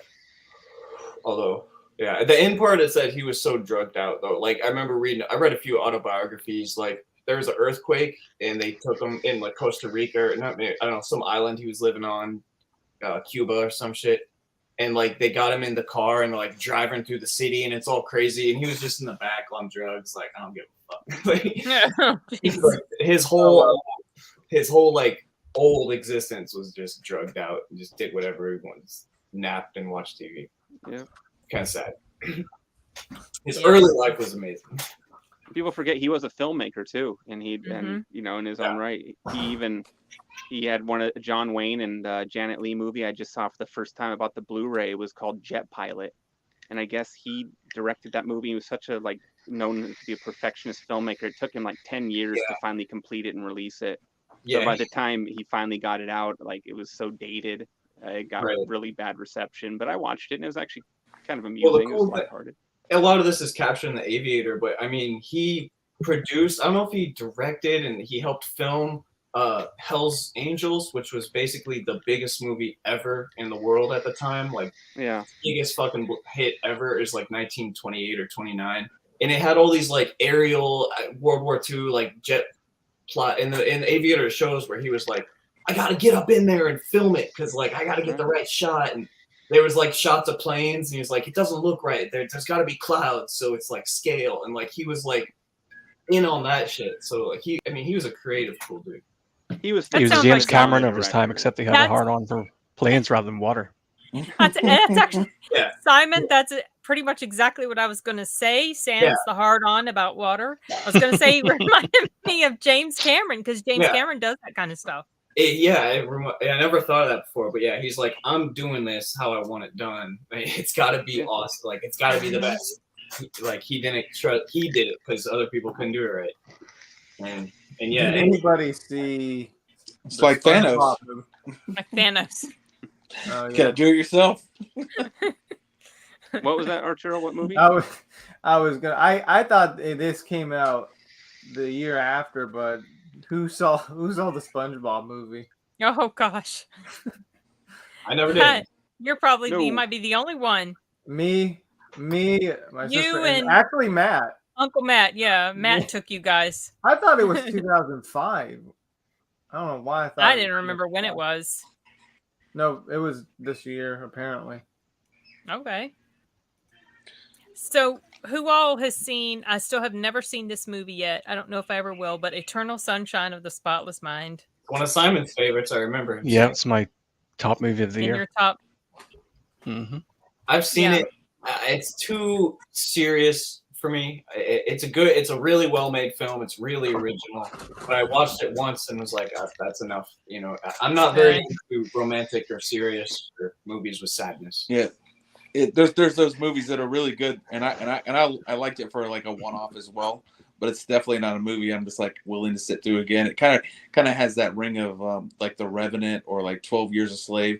They're fabulous movies, but after you watch it once, you're like, I don't need to see it again. That's how I feel about The Northman. Yeah.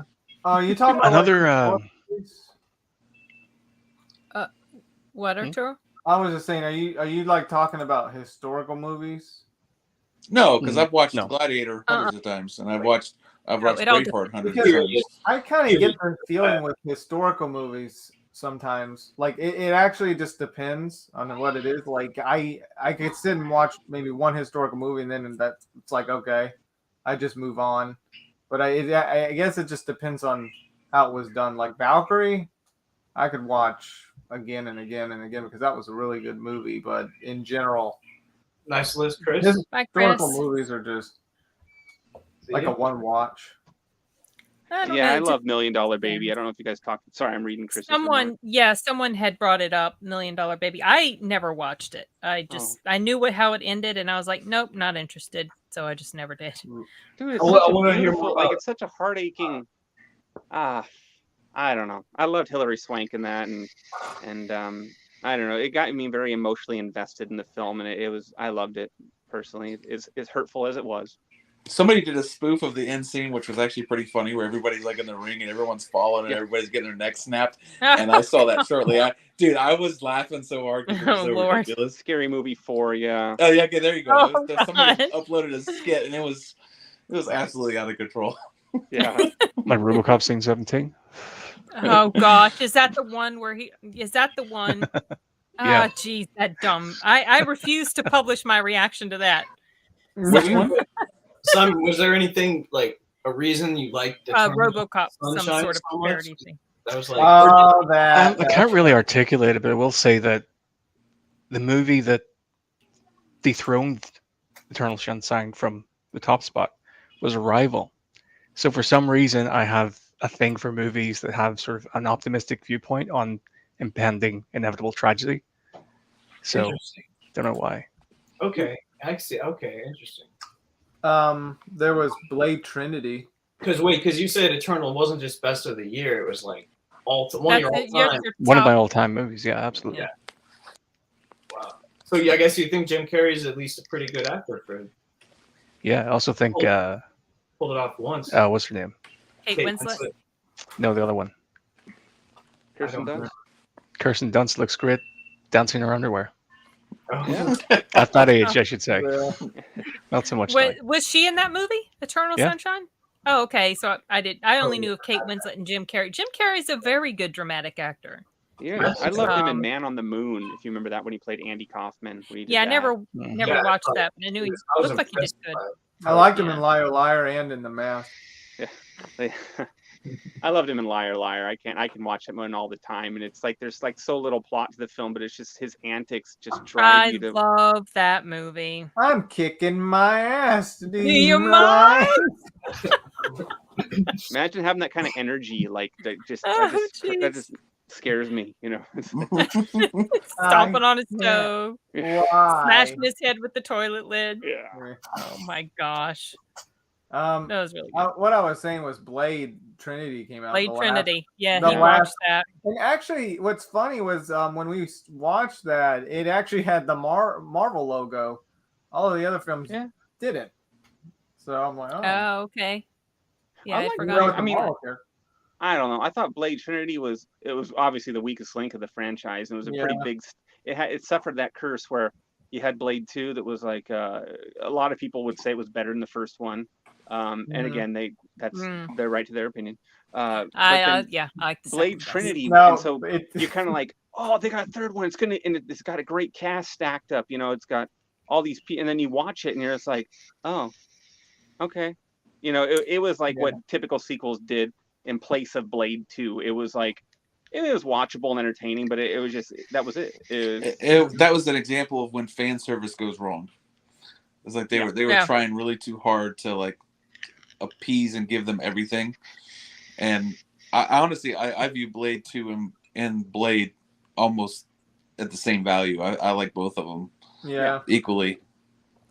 Something about the second one. Some motherfuckers are always trying to ice skate uphill. They really are. I knew we weren't going to get. I knew we weren't going to get to that stream that happening. And wasn't there like production like with Wesley? Yes, Snipes? in the third movie, a lot of issues behind the scenes. There were. He did not get along with the director, and so he left. He left post-it notes from everywhere, and they were all signed Blade. Yeah. And we found out that Wesley Snipes is a raving racist too. So. Yeah. But you know, it's that whole thing. He's so perfect in the role. Unfortunately, like I love him in the role. Character, like I see him as Blade. I think Wesley was in a bad point in his life at that point when he made that move. I mean, like because you got to think his career kind of, he was now making direct-to-videos in between Blade movies, and I think you get all these vibes that he was just not in a good place, and I think a lot of it. Kind of, he had a breaking point when he was making Trinity, and has he straightened up now? Yeah, jail straightened him out pretty well, I think. But whoops, too soon. Yeah, he seems pretty cool. I don't know. He's always posting inspirational, be grateful quotes on his Facebook. So I don't know, maybe. Man, the animated bit of Patrice O'Neal joking about Wesley Snipes going to jail is classic. Oh, I haven't seen that. Oh, jeez. If everyone wants to watch I can imagine. Ryan Reynolds was the best part about Blade Trinity to me. He was funny in that one, man. He was. Yes, he was. And he was really taken off at that point too. So he. Surprisingly, the girl from Cellular. I mean, I get that word. She was also, she was in this too. So this is like the second movie she was in. Wait. Like Jessica Biel. Oh yeah. Jessica Biel. Mm-hmm. Yeah. Patton Oswalt was pretty funny in that, I thought. Yeah, that's right. I would agree that the third one was probably the weakest. Oh, for sure. Oh, definitely.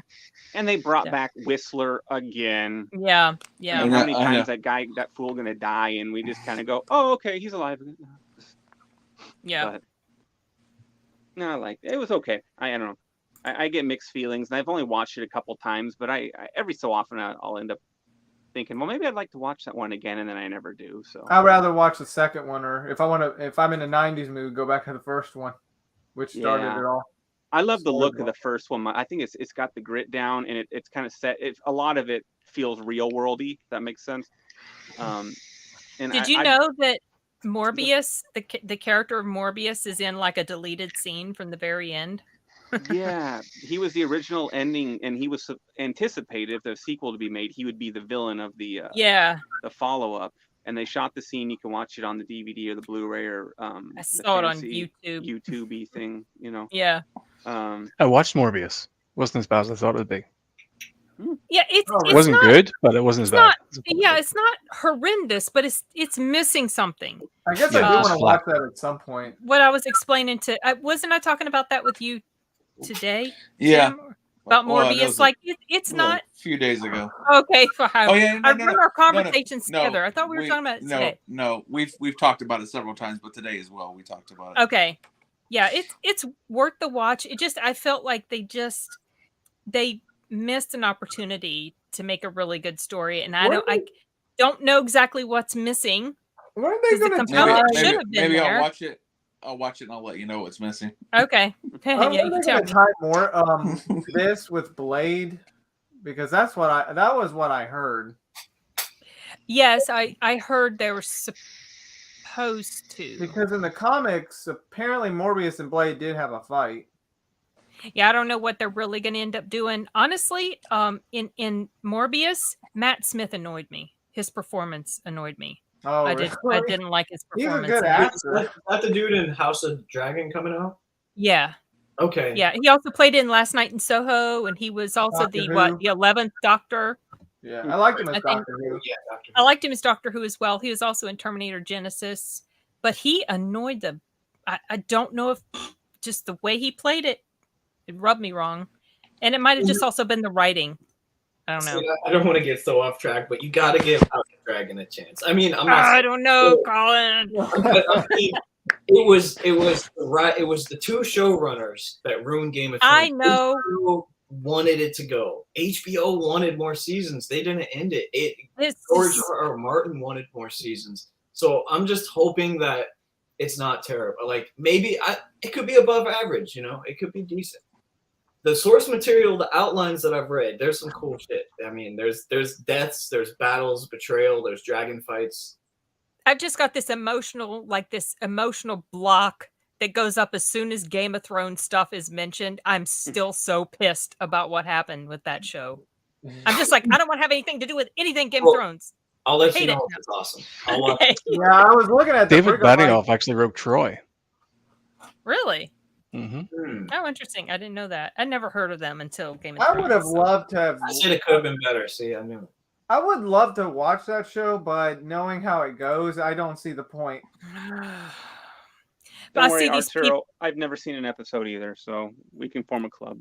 You guys, it was so good. It was so good. It was so good. Yeah, it was like the best show ever. Best movie. I mean, best show on TV, and then they just destroyed it. I couldn't believe how they dropped the ball. Oh my gosh, just makes me so mad. Just let it out. Let it out. Let the anger flow. That's what happens. It's just what happens when you run out of material that's actually written down. Yeah. That's what. They had the outline. The outline doesn't give you the lines of dialogue. They did not know what to do with that. No, they could. I think they should have had George R. Martin do the screenplays. Well, he should have given them actually really good dialogue that he came up with his earlier books. Anyway, like I remember some of the best dialogue the first season. When King Baratheon's talking to Cersei and she says something and he slaps her across the face and she says, "I'll wear this as a badge of honor." And he goes, "You wear it in shame." And it was like these kind of fast, like really witty dialogues that come along that were and. There's like subtext on top of subtext. And then in the last seasons, it would be she shows up with a dragon. She's like, "We don't have anything to feed your dragon." She's like, "My dragons eat whatever they want." And it's like it was so lame. Cringe and lame. Yeah, and so it just you saw this really a bad fall off of the delivery and the lines. It lacked everything. There was no meat on. Yeah, there was no character arcs that just were flush right down the crapper, with Jon Snow and the whole thing with the Night King, and then we have stupid little Arya running in, being the one. What the heck? Get out of here with that mess! It was so dumb. That pissed me off so much. Yeah. Just like, what was the whole point of all this character buildup? Why? And the one who has the best story is the one who has the worst story. Well, you know what comes out of this? People will take that and will become better writers. No, they don't necessarily. No, like people, in general, other people that see how bad it was written will probably want to write better stories. I'm gonna circle back around. with later when we get to TV. Yeah. Well, I'm gonna take off. I gotta help the wife put these kids. You're not gonna talk about Lost. The best. Is that your wife growling at you? That was her. That was the wife growling. I'm like, uh-oh, Tim's in trouble. She treats me nice, and I'm fed well. Okay. She needs help corralling the kids. Top 3, Tim. Top 3. Yeah. Top 3 of this year. I don't really have a lot of time. I say Man on Fire is probably my top 1. Like, I love that movie. That movie's just done so well. Tony Scott and Denzel did a great job with that movie, as well with the follow-up of Deja Vu. Another one of my favorite ones is probably The Incredibles, just because I have kids. And I like that movie. That it's just really good classic no matter what. And then 2 other ones Isaiah had mentioned is, did you guys mention Kung Fu Hustle? That's a yes, movie. we do. I love did, it. actually. That's a great movie. And then I doubt it was mentioned, but Night Watch. It was that Russian film. Oh yes. Yeah, that was I like that movie. It was really, really well done. I didn't realize cinematography wise, and even the cinematography of the second one, even though it wasn't as strong, I think it's Day Watch for that one. But the very beginning intro of that movie, I love that. It's wild just watching that. It's like, it looks like super up close. It looks like mountains, and the mountains kind of like start breaking apart, and you're trying to figure out what's going on. And when the camera pans out, it was just like this tip of this chalk that was being drug across the paper or this surface. But it just a little wild looking intro for I never the saw the of a second movie. one. Yeah, oh my God, the kids. Yeah, Mary needs your help. Like, I'm going. All right. Well, I appreciate you guys. All right. Bye. I was gonna mention Downfall also came out this year. Oh yeah. The one about Untergang. Yeah.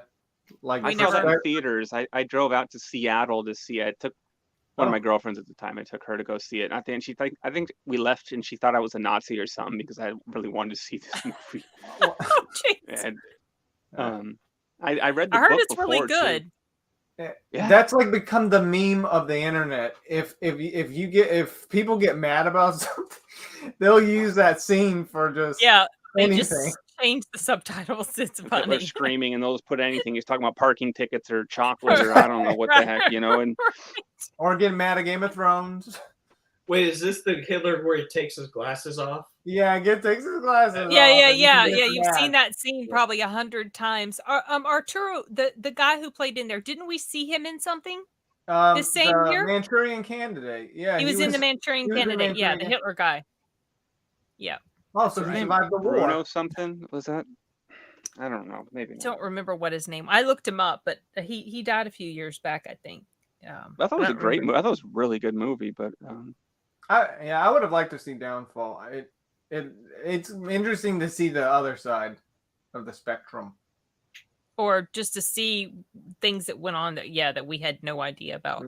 Like those last, it's always really fascinating to me, like in the terms, and World War II is a real comic, so it was very close, but like when these enormously powerful government war entities, whatever, when they're like in their last days collapsing, and it's like, and these guys keep retreating and they finally had their last stand, retreated underground. It was just really interesting because, and again, parts of the German military were still functioning and some were still particularly strong, but they were just like isolated, and it's just really interesting, all that stuff going on, and just kind of imagine being in that mindset, like you were, say, just one of the people down there, knowing that the world's like basically falling apart outside. That'd be scary, and so to put yourself kind of like in that mindset, I thought was just really intriguing.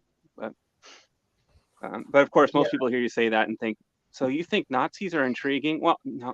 Say, oh, hi, Kathy Newman. Thanks. Yeah, I know, basically. So what you're saying is you would love to be a Nazi socialist. Yes, that's exactly what I just said. Thank you. Well, no, like you could find the whole aspect of it interesting. That doesn't mean you support. But then talking about the political view, whatever they represented in that sense, and usually most people don't know anything aside that they did the Holocaust. I thought the guy that did Hitler was pretty good. He looked like him. He did great, man. But anyways, that was just interesting to me. I guess, and I viewed it kind of from the sense of an end of the world kind of mentality. You know what I mean? With the world collapsing around you, that stuff's always, and whether it be zombie films or whatever, just found it very interesting. Yeah. Hello? No, it's sorry. It's my it's my I'm still in the drug study, so my glass slipper falls off at midnight, so I always have to do this narcotics, my friend. Do we have anything else to talk about when it comes to for film movies side? in 2004? Have we named? How does this work? Because I was gone for like a spell. Are we doing the top movies or what? How are we doing? Yeah, we always do it at the end, right? Yeah, we usually do the top 3.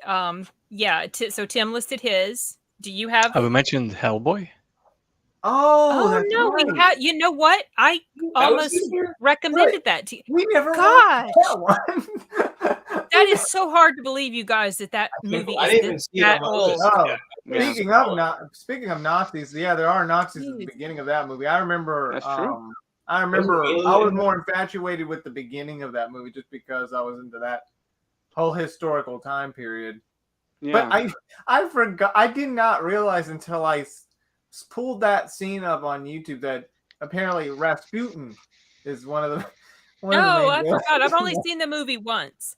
Rasputin. And I remember it. I felt underwhelmed by it, but maybe it's just because I'm not super into the Hellboy character. I don't even think I saw the second one. I just remember that one Nazi guy that shows up like later in the future. He's like what? He wears like a sort of this odd mask, and he's got like 2 claws on his hands or something. I don't remember him. But it's been many, many years since I've seen it. It's probably been more than 10 years. Dead, but he like disappears or something. I don't know. Yeah, that's the only scene I've seen. You'd probably like to watch it though, Arturo. But we ran out of time. Did anyone see? We're out of time. No, I was saying we ran out of time, like to watch different films for 2004. Gotcha. He watched several. There's just a lot. 2004 was a good year for movies. Surprised there's like an endless amount of movies to talk about. Did anyone? We had a personal favorite of mine. I want to ask if anyone else saw it. Maybe Colin saw it. Club Dread. I did see Broken Lizard. Yeah. I don't think that was one of my favorite movies they did. I don't think I liked it a whole lot. I did watch it probably 20 years ago, like when it came on DVD. But I do like Broken Lizard a lot. I don't really remember that movie. Dude, I loved that movie so mad. I went to a press screening. I was in journalism in high school, so they sent us all these tickets to go to see movies like a week in advance at the press screenings. So I went to go see it because I was all stoked because Super Troopers was awesome, very popular, with the younger guys and stuff. And dude, I freaking loved Club Dread. If anything, I think my favorite thing was Bill Paxton playing Coconut Pete. I forgot he was. Oh, the late great Bill Paxton. May he rest in peace. That guy was just terrific. He was playing that caricature of Jimmy Buffett. You remember that? He was. I do remember that. Yeah. It's a comedy slasher. Dude, it's like a Scooby-Doo, a violent Scooby-Doo episode, man. Yeah. Oh my god! Oh really? Yeah, it's like a violent Scooby-Doo. It looks so like a oh crap. Not quite scary movie Tucker level. and Dale, like a Tucker and Dale type of. Yes, that tone. Okay. That tone. Yeah. Okay. And I met. I think I showed you pictures, Sin, of. I met Brittany Daniel, who's in it, and I got pictures with her. She signed my Club Dread DVD and everything, and. I feel like I need to watch this movie now. She's. Yeah. Oh, sorry. Go ahead, Derek. Oh, I was saying, if anyone, man, check that movie out because Bill Paxton does this less than subtle impersonation. He's basically playing a caricature of Jimmy Buffett, and he has so many good lines in that main thing. Man, I cannot. I'm gonna put it on my Letterboxd. You may not like it, Sin. You tend to not like those things, but I'm not. Well, but I like Tucker and Dale. But you might think you're either going to think it's genius or you're going to think it's the stupidest fucking thing. Or thinking about it's possible. But still, check it out. I think you should check it out. And who was I going to say? There's 2 versions. There's a theatrical version, and there's like a 15-minute longer one where they cut out a whole subplot. You really don't need to see the subplot version. If you do, you can do the shorter one. It's adequate. So. I was going to say maybe the last. Oh, sorry. I was going to say, here's another movie that Colin might have seen, The Merchant of Venice. No, what's that? You haven't seen it? No, what's that? I've never heard Shakespeare. Of it. It's like one of the most biggest Shakespeare plays. Wow, no. I vaguely recognize the title. I should know that. Al Pacino is Shylock. And then you've got Joseph Fiennes and Jeremy Irons. No, I don't think. That was 2004? Mm-hmm. Really? It's not coming up for me when I search for it. Maybe it was called something different stateside. What was it? We tend to rename Shakespeare movies over here. Yeah. I'll put it in the private chat. Okay. Was it done like in modern times, like a Romeo and Juliet? No, period piece. It was a period piece, and so they talked like the Shakespeare's written, kind of, like directly from it. Okay, cool. No, I didn't even know about that. No, I was going to mention at least the only movie that I can think of is also Howl's Moving Castle. Oh, anime. The Studio Ghibli Howl's Moving Castle with Christian Bale in it. Oh, yeah. I'm gonna go see that when it comes back to the theater. Because there's a moment where he's like I thought he did like a voice of a monster, and he just kind of does the Batman voice. Okay. You haven't seen it yet, Sin? Huh? No, I haven't seen it. No, I was gonna see it last year because Studio Ghibli comes around to our theater like a couple times a year. Mm-hmm. And we went to go see what was that thing we saw, Arthur? Spirited Away. Spirited Away, and then we also saw Princess Mononoke. But I wasn't able. Way more. This one's way okay. I think Howl's Moving Castle is a lot. Like this is Howl's Moving Castle is more like Mononoke to me, as opposed to Spirited Away. Where Spirited Away has moments where I'm just like, this is kind of weird. What's going on? Definitely weird. Howl's Moving Castle, as much as there's weirdness, it kind of like. It's like a kids movie where only like for adults too, where it's so creative that I just kind of get taken in with the story and I don't really question the weirdness, whereas Spirited Away, I didn't get taken in enough with the story to not question the weirdness. Yeah. So that's, I know it was like, also an anti-war film at the same time because they were kind of concerned like it wasn't going to do well over here. We're very finicky. We love war and then we hate it and then we love it. I know. I know. Yeah, it was during the Iraq War, pretty much. Oh, because it came out in okay. I keep getting it mixed. I know they're two completely different movies, but they have Howl's Moving Castle and then Castle in the Sky. Castle in the Sky, yeah. And they're both Studio Ghibli, I believe, because I was wanting to see Castle in the Sky as well. Wasn't able to just because of stuff that was going on with Scooter last year. But I don't know if that one's going to come back. What, Castle in the Sky? Yeah. I think it is. Yeah. I don't think it's this year. I think it's only Howl's Moving Castle that's on the list, unless they change the schedule. Does anyone know? Sorry. Oh, sorry. Go ahead.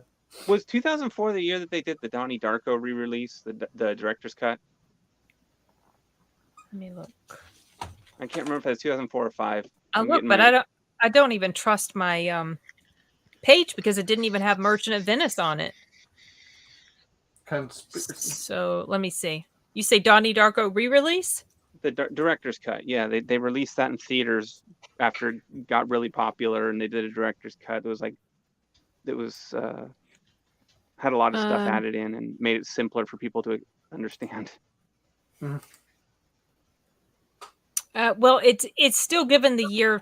Okay, what year did Donnie Darko come out then? Yeah, director's cut in 2004. Okay.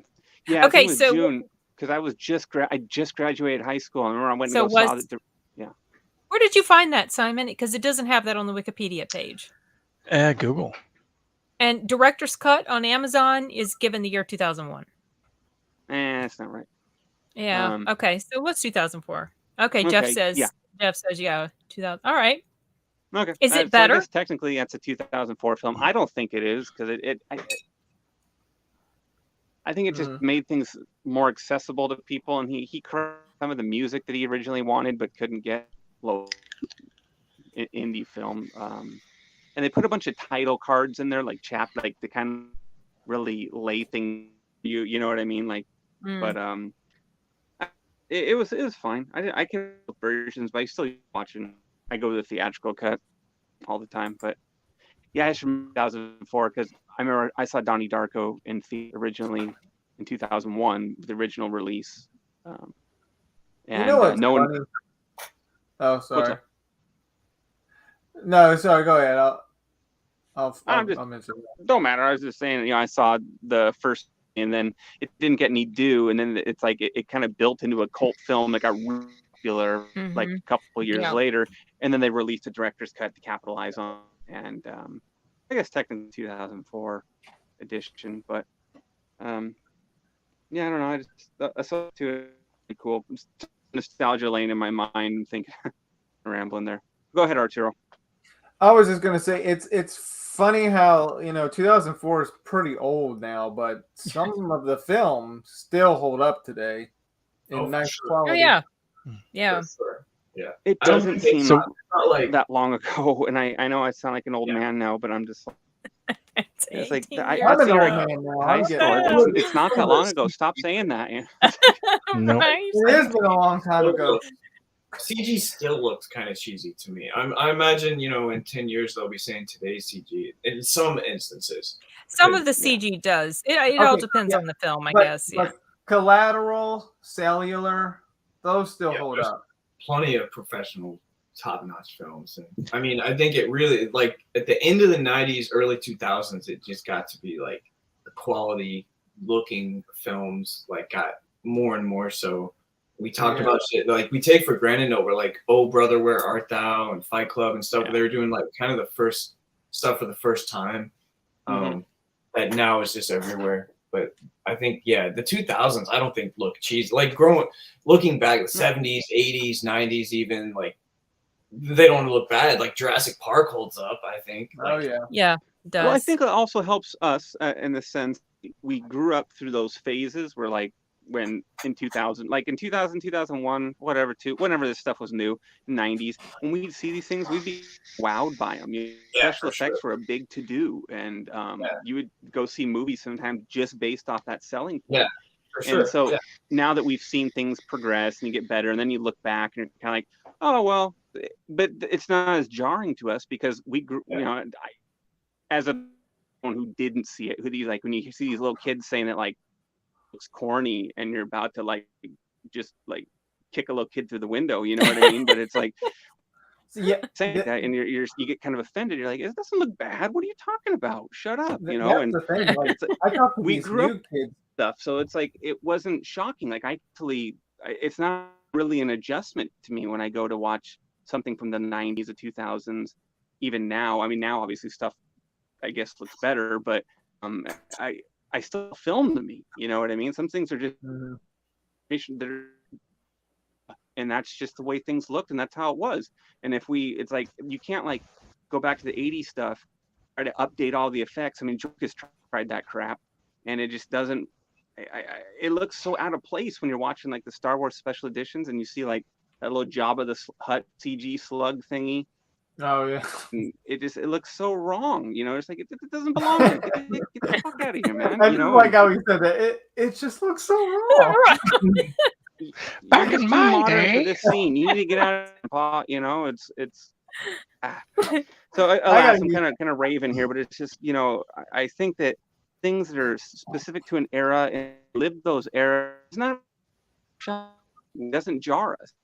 We don't have that same kind of condescension material that people who didn't live it might, like I guess compared to me looking back on 50s movies or 60s movies, right. So I get what you're saying, Derek. I get very like, well, it shouldn't be a surprise, but so most of the kids that work with me at the theater, like they haven't even seen any of these classic movies. Like, you have not seen this. Some people haven't seen Star Wars. Some people haven't seen any other. Like, what the heck? I'm like, and some people, like, I know this one girl and this guy. They haven't even seen Terminator. And I'm like, really? That's a like, sin. really? You haven't seen these classics? Well, shame on them. you talk to them about movies, like they're like, "Oh, I'm so buff. Oh, I'm so into movies. I love I'm an auteur of film," and you're like, "Oh, cool." And then all they want to talk about is Marvel movies, and you're like, Yeah. there's more things than Marvel out. I mean, there's a whole fucking world of movies, right, dude? I guess what's cool about the Marvel movies is because they're a cinematic universe. That's what's cool. And that's cool. That's cool. We don't get like a lot of that. No, and there's no denying that it's a big achievement. It's definitely a moment, but I don't know, sometimes you feel like the people just are, that's all that exists. Yeah. No, there's some better ones out there, and some of the kids today don't know how good storytelling was from back then from now. That's the thing at the moment. That's why I'm trying to kind of spread the movies from either the 2000s or the 90s or even the 80s. Heck, like I'm going back collecting like old retro stuff, like some animes from the 80s, 90s, some video games from the 80s and 90s. I like to go back to the past. I like to go to the prehistoric days, and you're like, "Oh, really? Like what? 1986? Ow, shit! Why did you? Ow! You know what I mean?" Finn gets it. She knows you've been down that. I thought you were like old. Aren't you like 70? I was like, "Oh no, what?" Oh my gosh! But we're gonna move on to our top 3 pretty quick here. I'm itching. Yeah, I've got. Well, we haven't talked about my top 3 or 4. Or 7. Oh, we haven't. Well, no. we talked about Eternal Sunshine. Yep, that's my number 1. Okay. My number 3 is House of Flying Daggers. Oh, I saw that on the list here. That's on my top 3 too. But I didn't watch it. Really, so good. Yeah. I think you Shakespeare. I think you guys mentioned. I think you mentioned that the last time we were talking. House of Flying Daggers. Yeah. We mentioned it 2 times ago when we were discussing Hero. Okay. The same director is Zhang Yimou, who also directed the opening ceremonies of the Beijing 2008 Olympics, which are so fucking crazy and famous. Mm-hmm. If you guys saw those, I don't even remember. I did see it, but I don't remember. They set the standard for the Olympics, and it was that dude, the dude who directed House of Flying Daggers, directed those Olympics. Oh, okay. Anyways, House of Flying Daggers.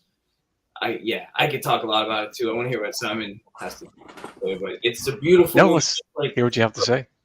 It's just so colorful. It's got, I think, great action, a nice love story, and it's just memorable. I think just the color and the action and this kind of simplicity of the love story and some sweetness there, and just like a perfect movie, basically. I mean, I watched it a lot. That was one I had on DVD, and I watched it a lot.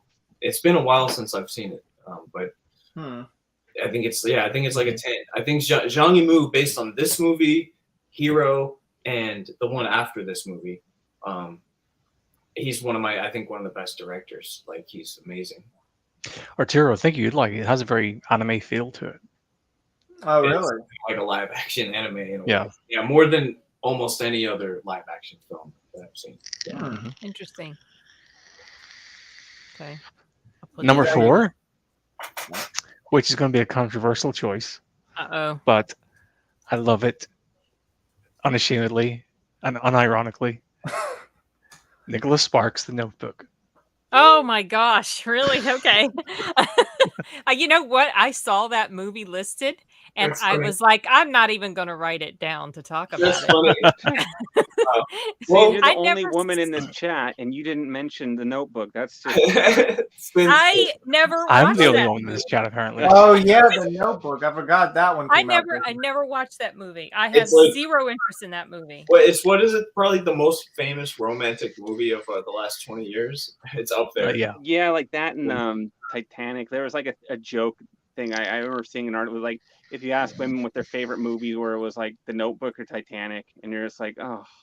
I've never seen it, so I can't say that you're wrong. And isn't it? I mean, I think no, I haven't seen it either, so I really can't say shit. I really like Ryan Gosling, so I've heard about it. You like Ryan Gosling? I do. I think he's really. I like him a lot. I think he's cool. I do too. I think he's a good actor. I like some of his. Oh, he's so boring. I don't. I think he's. Yeah, I agree with Sin. I like that.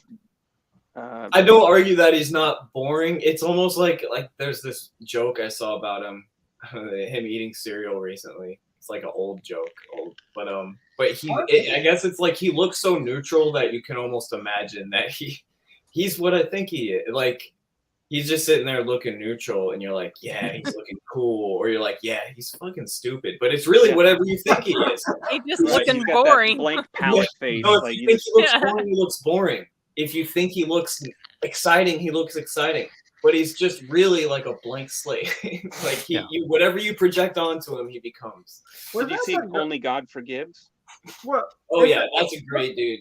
Fucking Only God Forgives is one of the reasons I like him so much, and Drive, and Nicholas Winding Refn, and how he, I think actually Only God Forgives might be, maybe the favorite Ryan Gosling performance. That movie's tough, but I've watched it a couple times. It's really good, man. And I love that want to fight with God, God basically, and just I love that fight scene where he just can't touch him.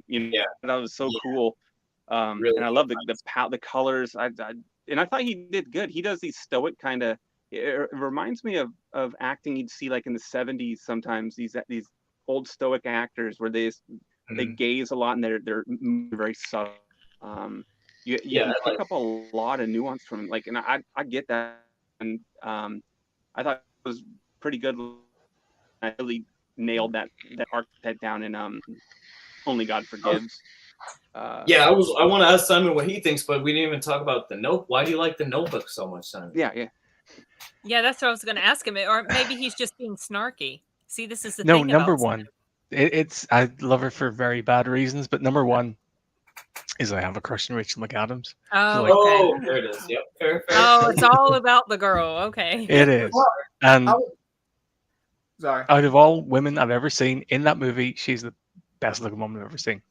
There's a scene where she's like in a red blanket and she's painting, and it's just the look she gives when she looks over to the camera. Just like, oh my God. And the second reason is that it deals with dementia.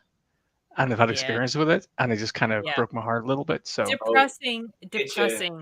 That's another reason. One of the other reasons I'm not interested to watch it. Wait, what happened? What's the whole premise of that? Is it like her with dementia? Or something? Is well, it do you want me to tell you? Alzheimer's? Is it Alzheimer's or just some other form of dementia? I thought it was Alzheimer's. It's Alzheimer's. Yeah. Yeah, it's freaking. Just the subject matter is depressing. Do you want me to spoil it for you? I mean, if you're not going to watch it.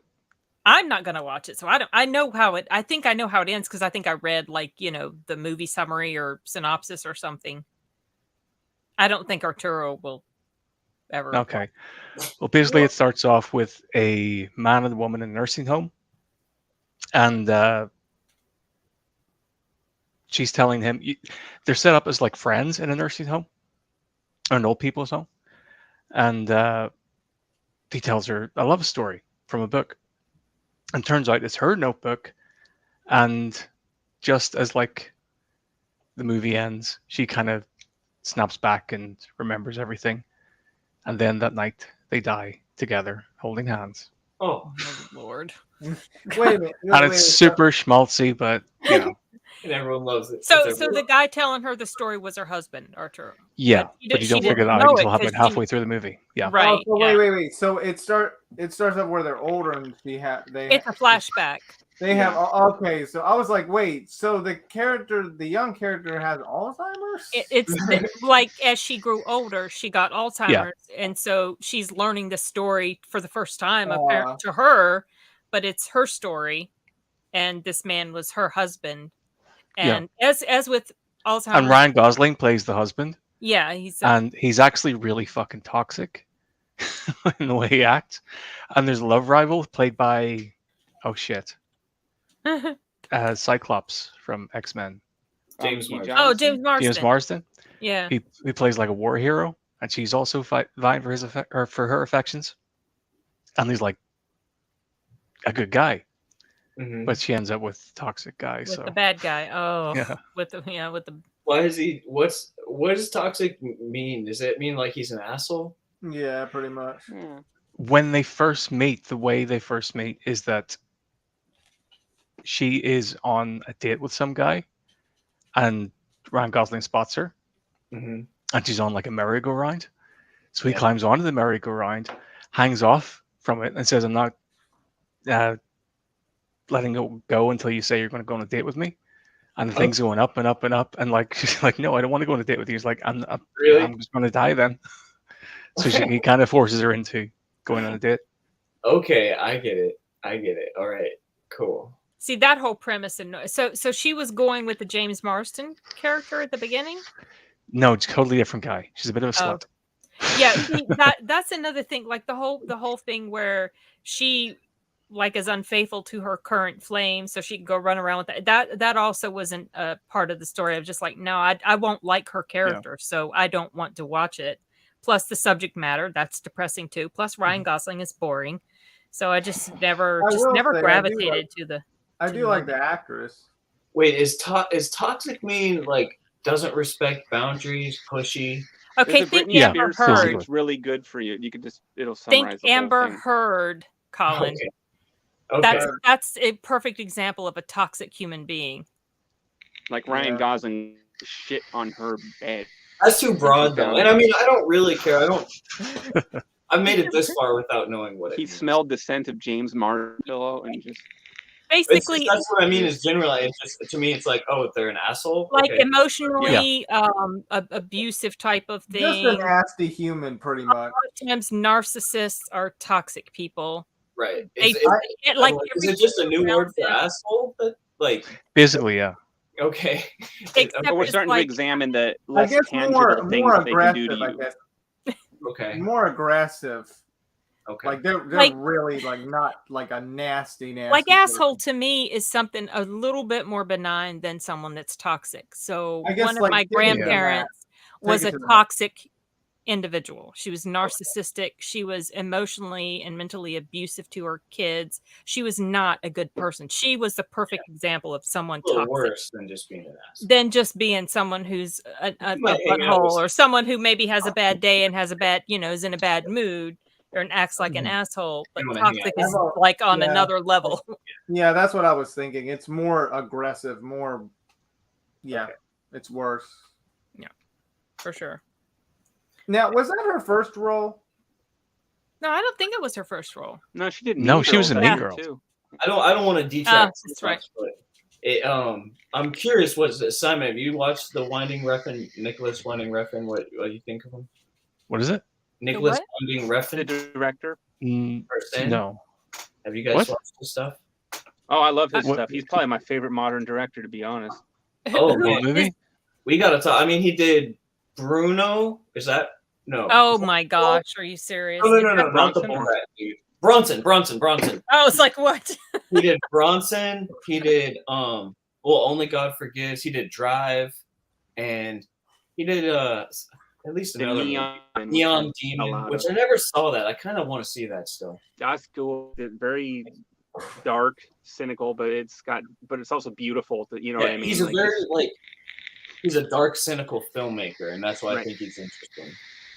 He had the show on Amazon Prime, which I watched, and Too Old to Die Young, and that shit was dark and slow and long, but it kind of stuck with me too, some parts of it. But I just think he's a kind of interesting Maniac Cop, like he'd been talking about, man. Who? What? Oh, what's shit! That? What's that? He was supposed to be doing a remake or reboot, whatever sequel. Of Maniac Cop? Of Maniac. Yeah, I just saw that.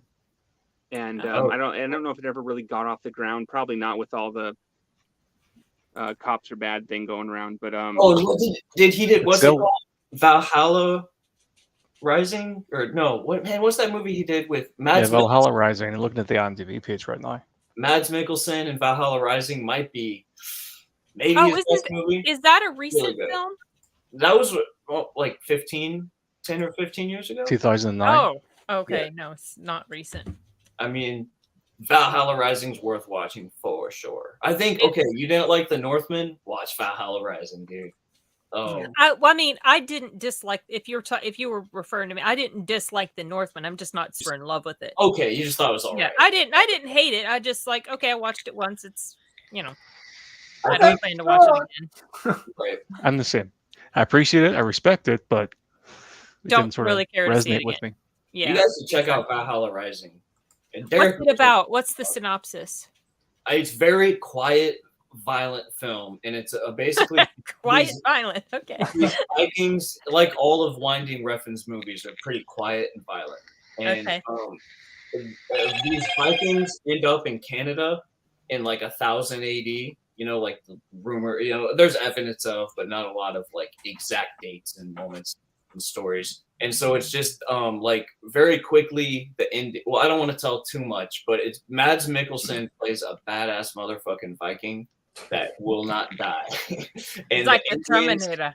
Indians are all about killing the Vikings, and there's not a lot of dialogue and explanation. It's just like these Vikings end up in this strange land, and then these Indians find them, and then a bunch of violence happens, and Mads Mikkelsen won't die, and it's awesome. It's awesome. I want to watch it again, thinking about it. Like, yeah. Did you watch that recent? Wasn't he? He was in like some sort of recent film, and it takes place in like a really cold place. It's called Polar or something, or is that what it was called? Sounds familiar, but I don't think I watched it. Yeah, I haven't seen it yet either. Yeah. Did you watch, Derek? Have you seen Valhalla Rising? I'm guessing too. You seen? No, I haven't seen that one, but I honestly didn't get to that one yet. But There's the only thing I haven't got to from Winding Refn is he did like a trilogy, like a miniseries TV or movie trilogy. I think it was the first thing he did, and that's why I haven't got around to it. That one yet. I'd probably need to. Was the name of it? Neon Demon either. But what was the name of it, Colin? I don't remember the first thing he did, but you can look it up. Winding Refn. He doesn't have like huge profile, but Valhalla Rising is a memorable and fucking badass movie. I remember the way he kills some dudes in there. Like, holy shit! Like, yeah, it's badass shit. Yeah, there's some good stuff. Like I like that his stuff is very. It feels like things are boiling, like they're boiling, and then you get these bursts of violence or energy. A lot of it's not like Neon Demon has a real big one. I need to watch it, but towards the end, because I do need. It's good, man. It sticks out, and you're gonna remember parts of that movie. It's very beautiful, set in Hollywood in Los Angeles. The glitter, there's a lot of imagery. I really like that. I saw it in theaters, man. And I'm grateful that I did get to see it in theaters. It was a beautiful film to see on a big screen. So he's very stylistic and in a good way. Yeah. And he says to his credit, I think he said Neon Demon is the only movie he's made that his wife likes. So okay. I think I avoided it because I thought it looked too sexy. I get tired of like all the hot girls and the sexiness, and I should have known. It does take place with models, supermodel, a model breaking into Hollywood, you know, and so lonely at the top of Olympus. There you go. I'm looking at his filmography right now. He's definitely one. I think he's worth checking out. He sticks out, you know, like we were talking about some directors that just have a style. Like I feel like if I saw something that I didn't know he was doing, I probably would figure out like, oh, this is just like that one dude. Yeah. Like, because it's quiet and violent, and there's this tension, and the tension sees results in haunting ways sometimes. Like it never crosses the line where it's traumatizing and like I don't want to watch this again, but it gets close to that, which like is Only God Forgives. Without people haven't seen it, but do you remember, Colin, how the people always paid their penance to God? Oh yeah, I remember. Yeah, where it's like, oh, that's. Yeah, I like that. It was old school, old school God, where he was brutal and forgiving, but you paid prices. I like that. You know, it was cool. I dug it, man. Yeah. I heard the only movie I've seen of his is Drive, and it's got all the properties that I should like in a movie, but I just didn't really like it. Gosling, and that is like that's why I stayed away from Drive. I think Drive was his most commercial film, and I don't know if that was a hindrance. It's weird to say that because Drive is really stylistic and violent, and yet it's almost his most accessible movie, like accessible commercial movie. Even though I still think it has his style, but even Drive, I think it is a little bit faster and easier to follow. Even with like compared to his other movies, they're a little bit slower and a little more intense and violent. And as a car person, man, I gotta tell you, it's so cool to see Drive that like they legitimately. I always talk about car things because it's always interesting to me, but like it gave a legitimacy to it that the character driver, that he had that like unremarkable, like what was it, 73 Chevelle Laguna. It was just an everyman's car, you know, it was primered up and it was nothing fancy. It was kind of a big bodied emissions era car that a lot of people who are into hot rodding initially will buy cars like that. They'll buy those. They'll buy a Ford Fairmont or a Granada. They'll something that's really cheap and unremarkable, you know. And then they'll just put all their money into engine, you know. And that's what he drove in the film. And it was like, oh, that's legit. Like I can see people doing that, as opposed to every time these people that like the idea of cars and they want to put a guy who's a mechanic or a hot rodder, they're always in a Camaro or some Dodge, ungodly priced Dodge Charger. You know what I mean? It's always the same showroom looking cars that they put them in. I mean, seriously, it gets annoying to me. It's like nails on a chalkboard. But so it's really cool to see him driving something that's otherwise unremarkable and was like an everyman kind of car. It was probably at one point just a junkyard car, you know? So gave me a lot of credit on there, and that they're like, these people are making a movie about cars and they're like actually doing things that people in car world would actually do. So I think it's a good movie. I really like that movie. It has good driving in it, as it should, I think. I also looked up that movie Polar, and I can guess that you're not going to like it. It's directed by Jonas Åkerlund, who's mostly a music video director, and he just really can't sustain it for a full movie. Really? Yeah. Okay. Because I thought you were going to say that he'd done something that I'd seen and didn't like. Because I don't always remember. Have you seen Spun or Lords of Chaos? No. Well, he did both those. Okay. But yeah, I just find he's very stylistic, but he just cannot carry a movie the whole way through. Oh, okay. So you haven't seen Polar either, then? No. Oh. Okay. So who else is going to do their, I guess, top 3, 4? I got my top 3. It's nothing super, like we've already talked about all of them. Collateral, Shaun of the Dead, and Cellular. Those are probably my top 3 for 2. But, you know, there's a lot of... Yeah, it's going to take me a bit because there's a lot that I like from this year. I'm surprised Colin didn't mention Life Aquatic.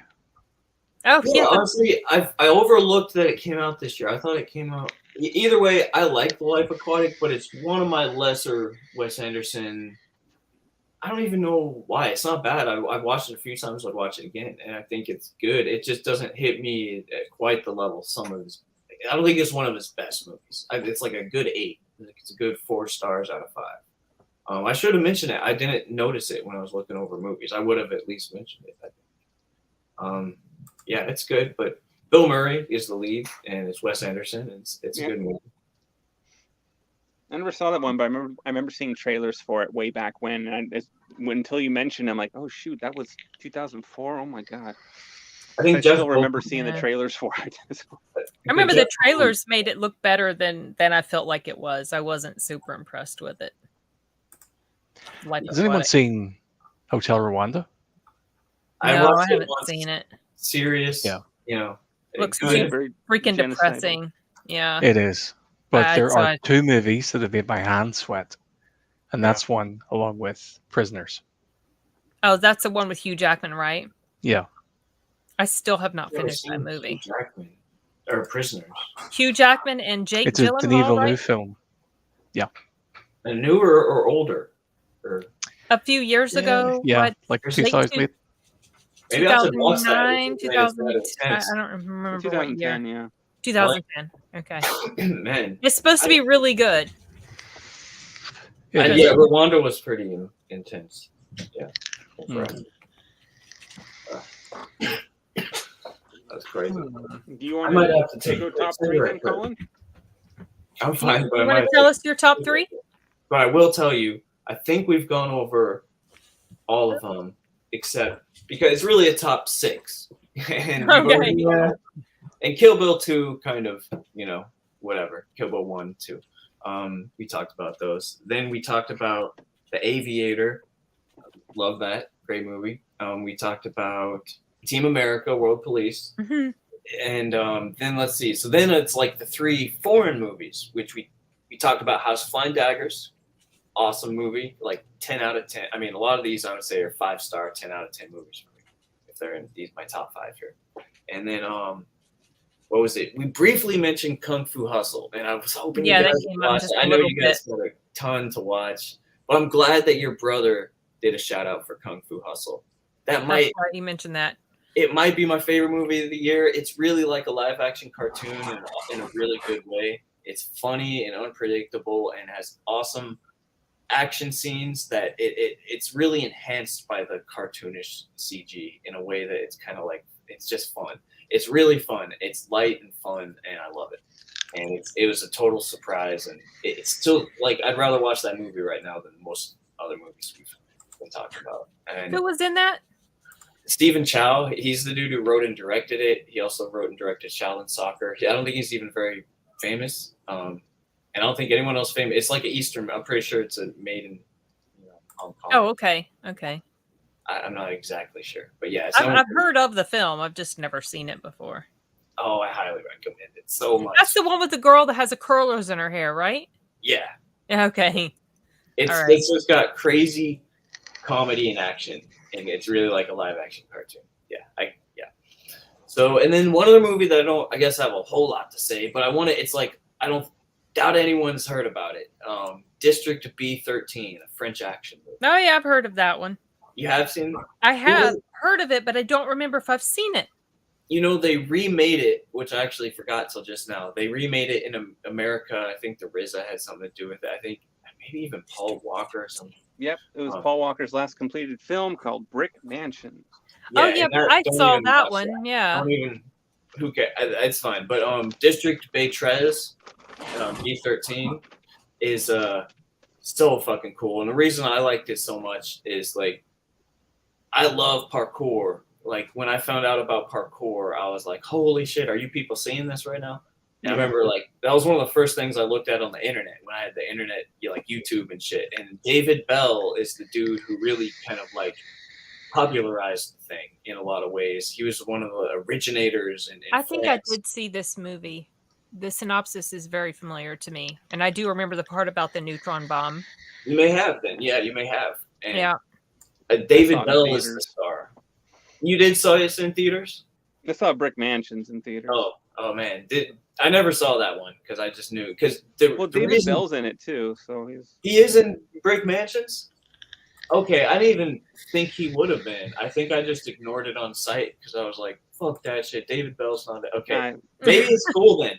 But the reason District B13 is so cool is because David Bell's the star and he's the dude that like made parkour happen.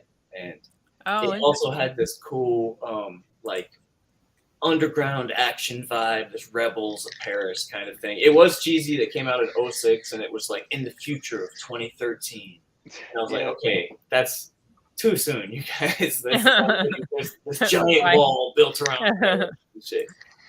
It just had a lot of cool parkour, like live fucking parkour, like no wires, no CG, crazy ass stunts that David Bell was doing because he was the dude. Like I was watching videos. I mean, it's probably not impressive, but he jumps. He's standing on like a rail and he jumps like a gap and lands on a rail. Just pegs the landing, and he's doing height jumping and climbing shit and flipping. And I read like he never hurt himself because he only did shit he knew he could do. Like it said like he was inspired by his dad who was like in the military and shit, and so he was kind of really an OG of parkour. And I always was climbing on shit, but I just never had the fucking bravery to do that shit or the skill to be flipping. Could he run away from Jackie Chan? I think so. Yeah. I think David Bell could get away from Jackie Chan. Yeah, I think he could get away. Yeah, it's kind of like now it's okay. It doesn't suck. It's really cool that parkour's taken off and everyone's doing that shit now. That's awesome. But I feel like I don't know. David Bell was it was cool that he was there at the forefront. I guess doing it before he didn't see the videos of other people doing this shit.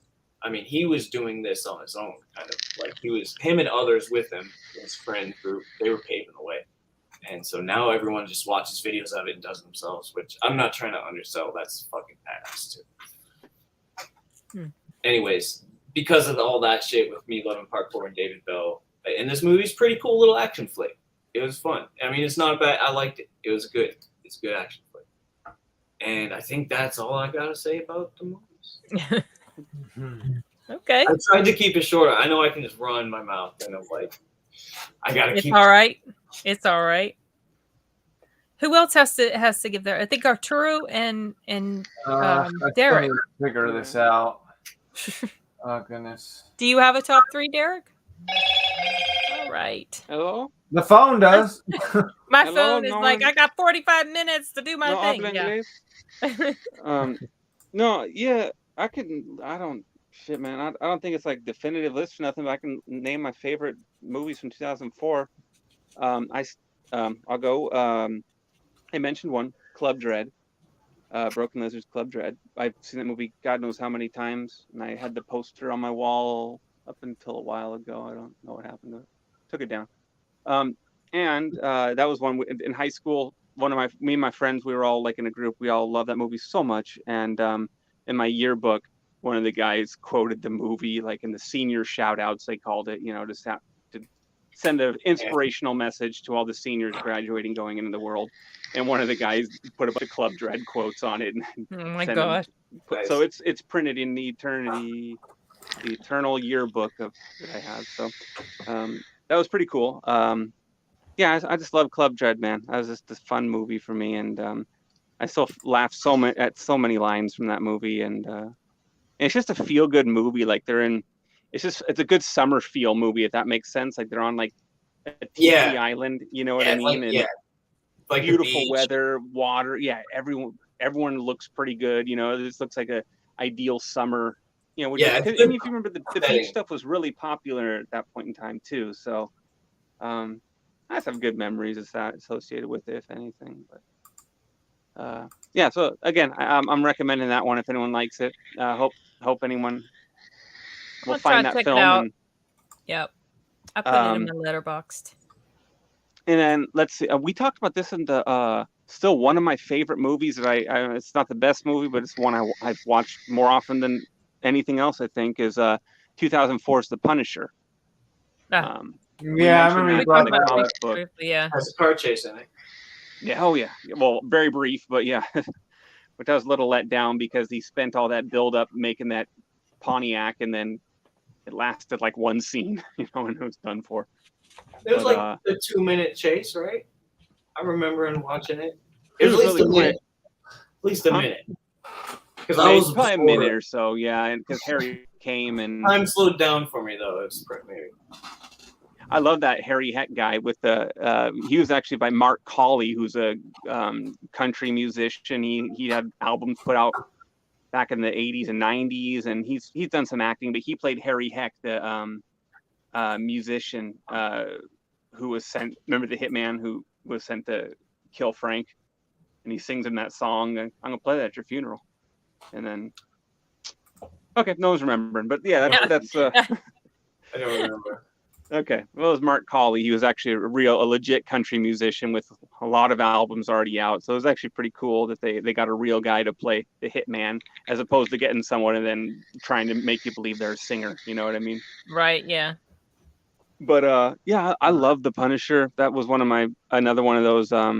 Came out right like the month or about 6 weeks before I graduated, and so at that point in your senior year, the last semester is kind of a joke almost, you know what I mean? It's like, you're kind of tying up any loose credits, and then they put you in a bunch of fluff classes. So there's a lot of lounging around. You got a car, you leave campus in second period, you take a 4-period lunch, and then come back at the end of the day. You know what I mean? It was really kind of. I didn't get off that easy. Well, yeah, because you had that freaking electronic wording keyboard attached to your hip. You couldn't get. How could you leave campus? It weighed like 50 pounds. That's right. That's right. I'm joking. But yeah, man, this is cool. I have good memories with The Punisher, and I still watch it, and I actually like it as a comic book film. But to me, it's a gritty action movie. And wasn't there another Punisher movie? This is not the only one, is it? There's 3. Yeah. Okay. Who was in the other ones? Dolph Lundgren was the first Punisher, and in 89, and he did good. He had a good one, but it was very much a comic book movie. I think that might have been the one I saw. I mean, in terms of being over the top and very late 80s Marvel, and then Ray Stevenson played him in the one that came out in 2008 or 9, Warzone, Punisher Warzone. Yeah, I don't think I saw any of the new, and I never even saw the Punisher, the Netflix Punisher. Yeah, I honestly haven't watched that. I heard it's really good. But I've heard that too. But I'm content with mine. I'll probably end up seeing it someday. But like, I really loved in the 2004 Punisher. I loved John Travolta as the villain, as Howard Saint. Okay. Yeah, he just chews the scenery, man. You can tell this guy's having a great time. He plays good bad guys. Yeah, he's pretty decent. He plays either a good bad guy or a good hero. Like, yeah. I like Travolta, and that's what's great about those guys is that there's like some of the best they can, and they don't have the Oscars, I guess, to prove it, but they're just freaking, they're just so enjoyable as actors. They're audience favorites, you know, like Kurt Russell.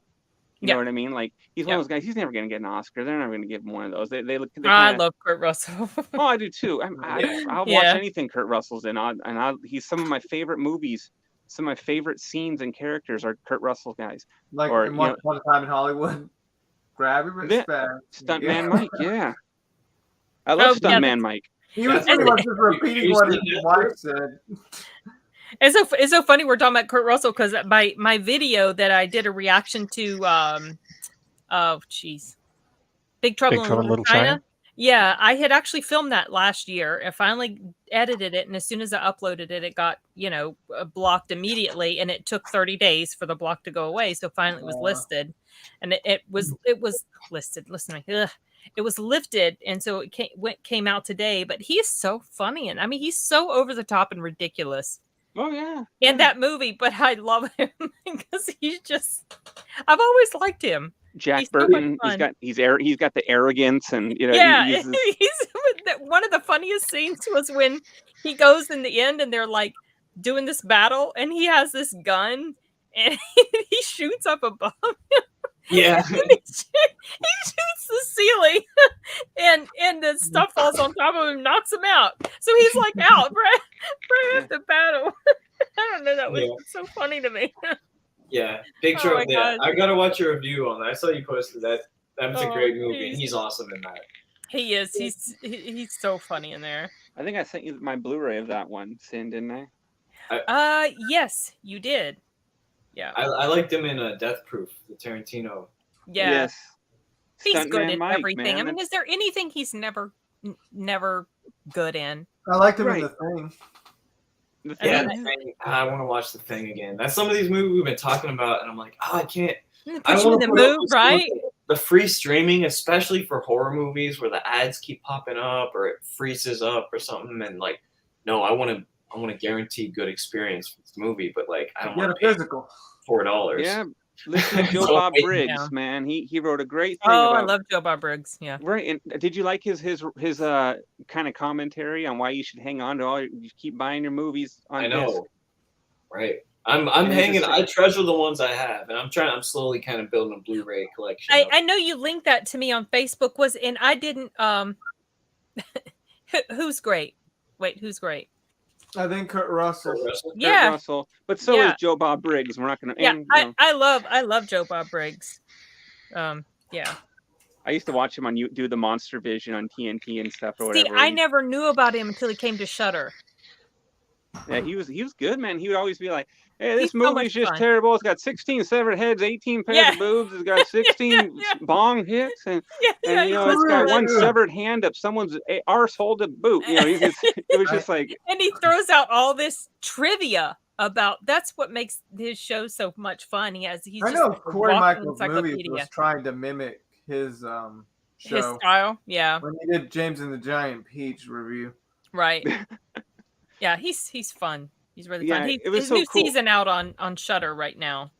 Yeah, I like that they're still letting. He was in. I don't know if you knew this.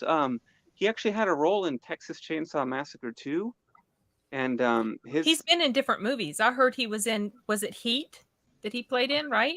You guys are telling me about that? Casino. I thought it was like an anime he mentioned too. Yeah, he was also in some stupid movie called Hogzilla, and they pick on him about that when they're talking about like different movies they want to recommend to watch, and the cast and the crew will be like Hogzilla. And that was one of those like biker dads movie, like Wild Hogs or something. I don't know, but he was in it, and it was apparently pretty terrible. But that's that he's can really look his nuts. See, that's the thing is he doesn't really feel like he's above this material. You know what I mean? Like it's like he's obviously made a living embracing B movie or horror genre farther down the line of farther down the alphabet movies, not just B movies, but you know he's really embraced that stuff, and I think he can kind of call it like it is, but he also doesn't get to the point where he denies himself the enjoyability of them. Right. And I think that's what really makes him a great host, is because he'll show just kind of the lowest. One time I was watching Time Runner with Mark Hamill, and he goes, "Yeah, Mark Hamill's official salary was $60 and a 6-pack of beer, and you know he didn't even get that. I don't think he's still in arbitration." And it was just, gosh, yeah. But then he'd say, "But I love this movie. I can't say anything about and you're just like, oh, it's so good."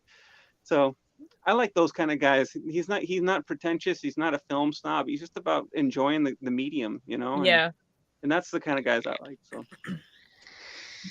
do you subscribe to Shudder? Do you watch them on Shudder? No, I do not. No, I do not have a subscription to any streaming platform. No streaming platform. Okay. None. I just have my 17,000 discs that I'm surrounded I know. by. You really have a lot. What is your official tally? You know, I don't know anymore. I remember counting my senior year of high school, and I had and that was in 2004, and I had like 1,700 at that point. Oh, wow. And now this has grown and grown and grown and grown. So I can only approximate, I don't know, 10,000 maybe. I don't know. Have you transported all of your movies? I'd say about 2/3, 3/4. Oh, I'm realizing as all the boxes I'm unpacking them, I'm like, oh, boxes. It's like half my 90% of my boxes are like movies. Oh, more movies. Oh, I know. I guess who else? Or is I got to do number 2. I got Punisher I did Club Dread, did Punisher, and a third one for 2004. I'm gonna go. Shoot. See, now it's true blank. I don't even know what the heck to pick. There's a lot of films. Yeah. How would I throw one for a big loop here? New York Minute. What's that? Let me know what you think when you find out what that one is. Okay. Oh, okay. It's an Olsen twins movie. I actually saw that in theaters in my high school. Oh my gosh. Okay. Actually, Jared Padalecki. Jared Padalecki's in this. Yeah. He's oh they're my chasing gosh. him around the city and stuff. And Eugene they're Levy older-ish in this one. They're not like young little babies in here. Like my age, teenage. Andy Richter was in this? Yeah. Mm-hmm. And Eugene Levy, remember him? Stiff. Let me see his. Oh yeah, Jim's yeah. dad. Uh-huh. He's a truancy officer chasing him down, trying to give him a citation for skipping school. And I mean, I haven't seen the film. And I'm being a total smartass. It's really not my favorite. Oh, okay, either, okay. But I just had to pick something, and I remember seeing that in theaters, and I think it was actually I saw it on the first date I ever went on with an actual living girl, a human being. With a living girl. With a girl, So we saw New York Minute. I remember that, and I don't know. I don't remember why I picked that one, but that was it. And I watched it like 5 years ago, I think, on DVD, and I thought, it was okay. It was just, I mean, I could still watch it, but I don't. Yeah, lighthearted, silly. Yeah, it was just slap, and it wasn't too bad because it was basically aimed at kind of that audience that had grown up with Mary-Kate and Ashley and were now turning into teenagers, adults, so they had to kind of adapt the humor to be more geared towards them. So, I can kind of put myself back in that mentality, and it's I don't know, it's still watchable to me, at least in that sense. But I've only seen it twice. But actually, in 2004, I loved Starsky and Hutch. I don't know if anyone talked about that one. Yeah, I did. But I mentioned that. I brought that one up. That was a fun film. Yes, it was. I love that movie. I thought it was actually really funny, to be honest. It was funny. It was. There were several scenes. Like, but the original show it was based on was not comedic. No, there were comedic But elements to it, but it was they turned it into a comedy, but I felt like it was done pretty well. It was, you know, it was enjoyable. I love, of course, you know, I love all the Torino scenes, right? And all the chewing the 70s cars, but and it hurts me. It hurts the bloopers when you watch like the scene where Ben Stiller messed up the turn and smacked it right into the parked cop car and just and he's holding his head like, oh my God, what did I just do? You can see he's like, oh no, you know, and then when they show one scene like on the golf course where the car does a jump, and those are the ones. See, people get this idea from movies that cars can like make jumps and land and be just like totally just keep, for one, like you wouldn't lose control of the car, but you know, they just keep on going. But they actually showed the scenes where like the car lands and the whole frame of the car bends, so it kind of looks like almost like it's on its way to becoming an L, you know. And you see, and they do that, and you're just like, and of course, being the car guy, I'm just like, oh no, that hurts. And then knowing how rare those Torinos are to begin with now, you know, it's just like, oh, it's like watching Dukes of Hazzard, you know. Oh yeah, all that car jumping. Yeah, they died for a good cause, I guess. But it's been a while since I've seen the movie, but I enjoyed it and I watched it several times. Yeah, I liked it. I love and Vince Vaughn did a good villain. I mean, he does good villains too. Remember? Yeah.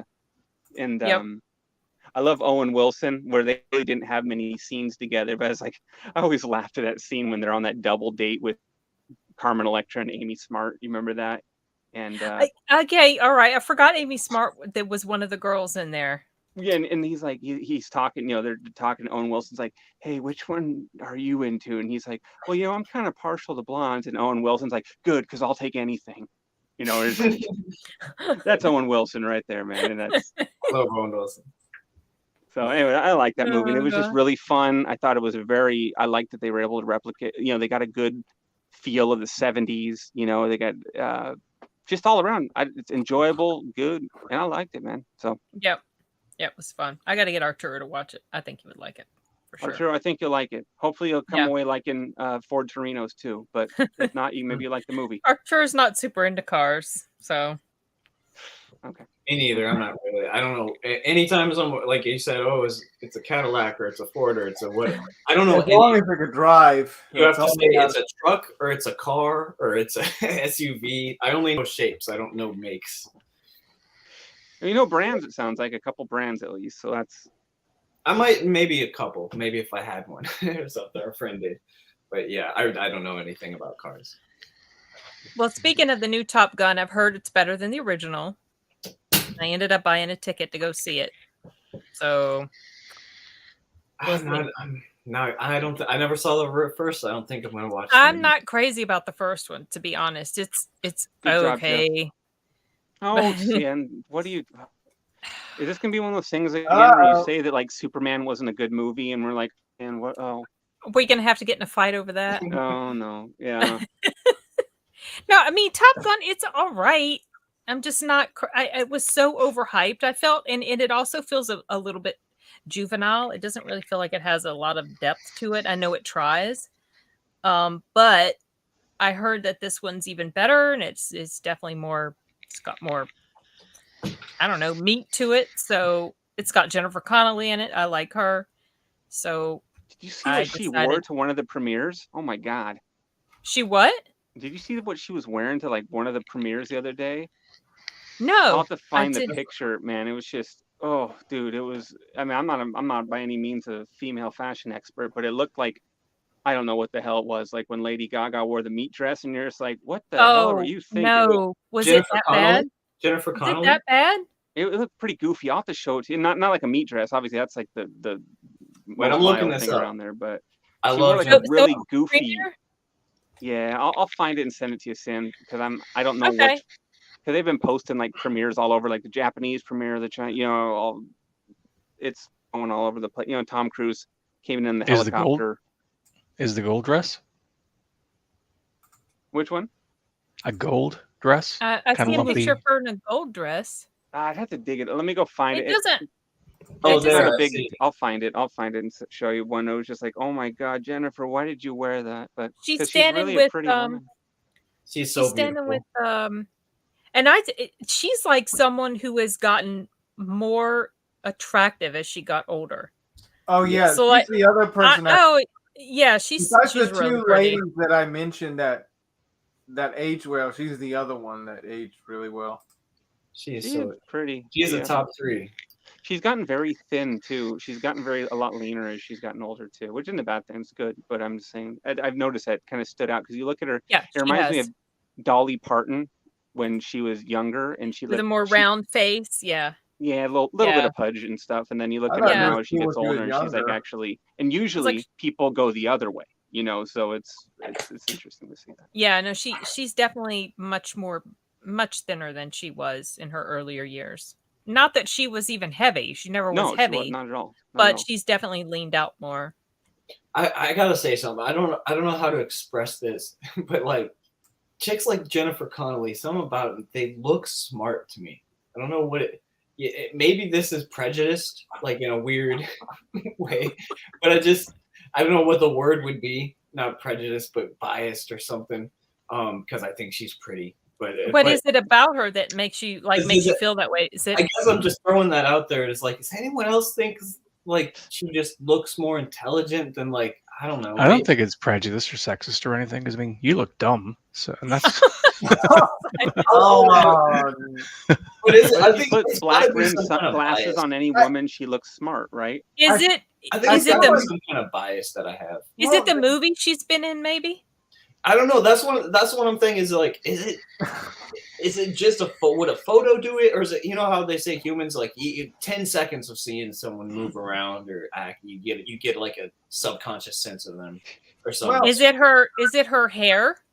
I don't know. Maybe it's just the way she looks. She's not blonde, so she doesn't seem like a dumb blonde. That sort of thing. I just wonder. Maybe it's something that maybe it's hard to say. It's not just a photo. Maybe you have to assume just kind of how they act. Maybe it's the way she carries herself when like she's in interviews and stuff. She doesn't act like an idiot. Like she acts very. Honest, people that I notice that act really radical or just silly look pretty ugly.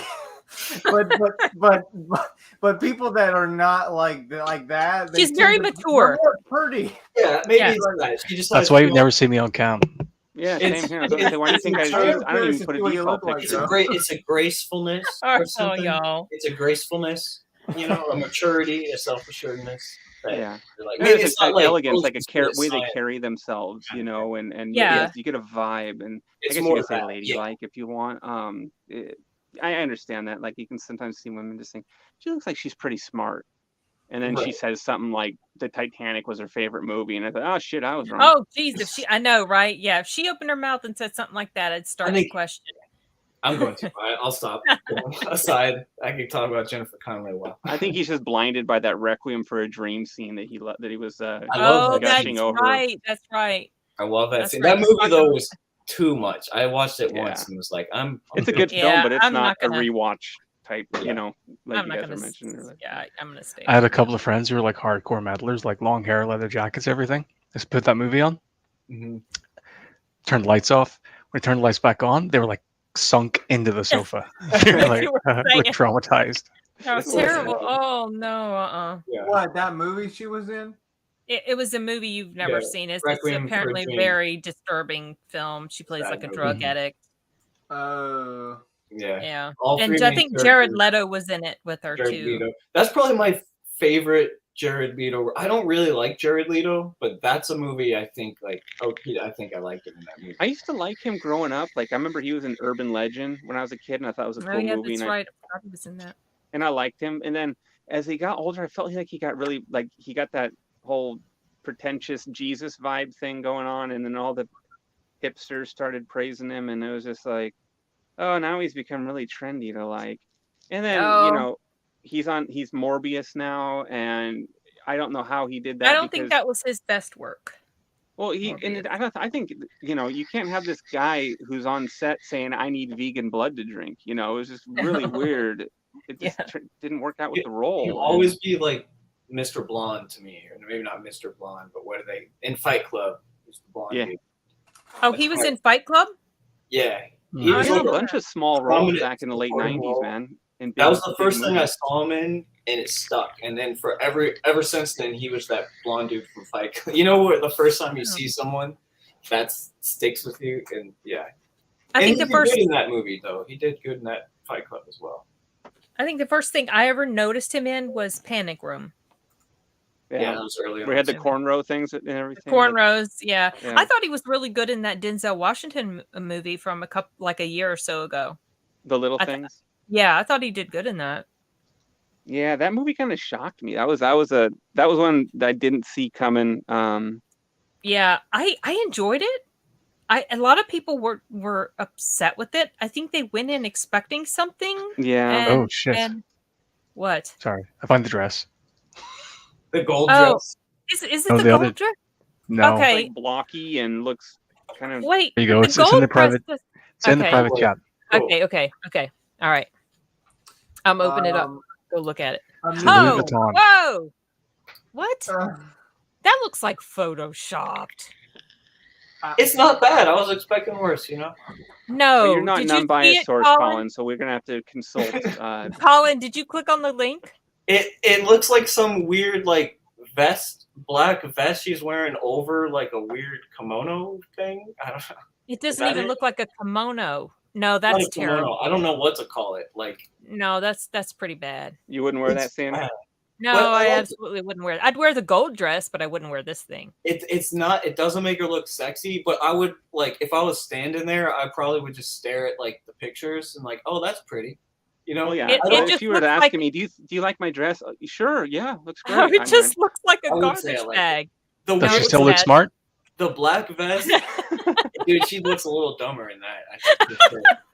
But the black thing is so weird. That looks that does look photoshopped. That thing on top. I think that must be like the way it's over her arm there. See the way it's over her arm like that. No, that's Photoshop. You know what? Even if it weren't for the black dress, it's the black thing on top. It's still terrible. The sleeves. Yeah, it's weird looking. That's clearly Photoshopped. There's no way that's not Photoshopped. I don't know. I can't tell. Honestly, I can't tell, but it looks terrible. Sorry, I had to indulge my cattiness and remark on the dress, and everyone had to seek it out and see it. And oh my god, yeah. Just a reminder, we only with 20 minutes to go, should we quickly get on the TV? Yeah, let's do it quickly because I'm gonna get in trouble if I don't do this drug study stuff. Let's see, House. Oh yeah, someone mentioned that in the chat.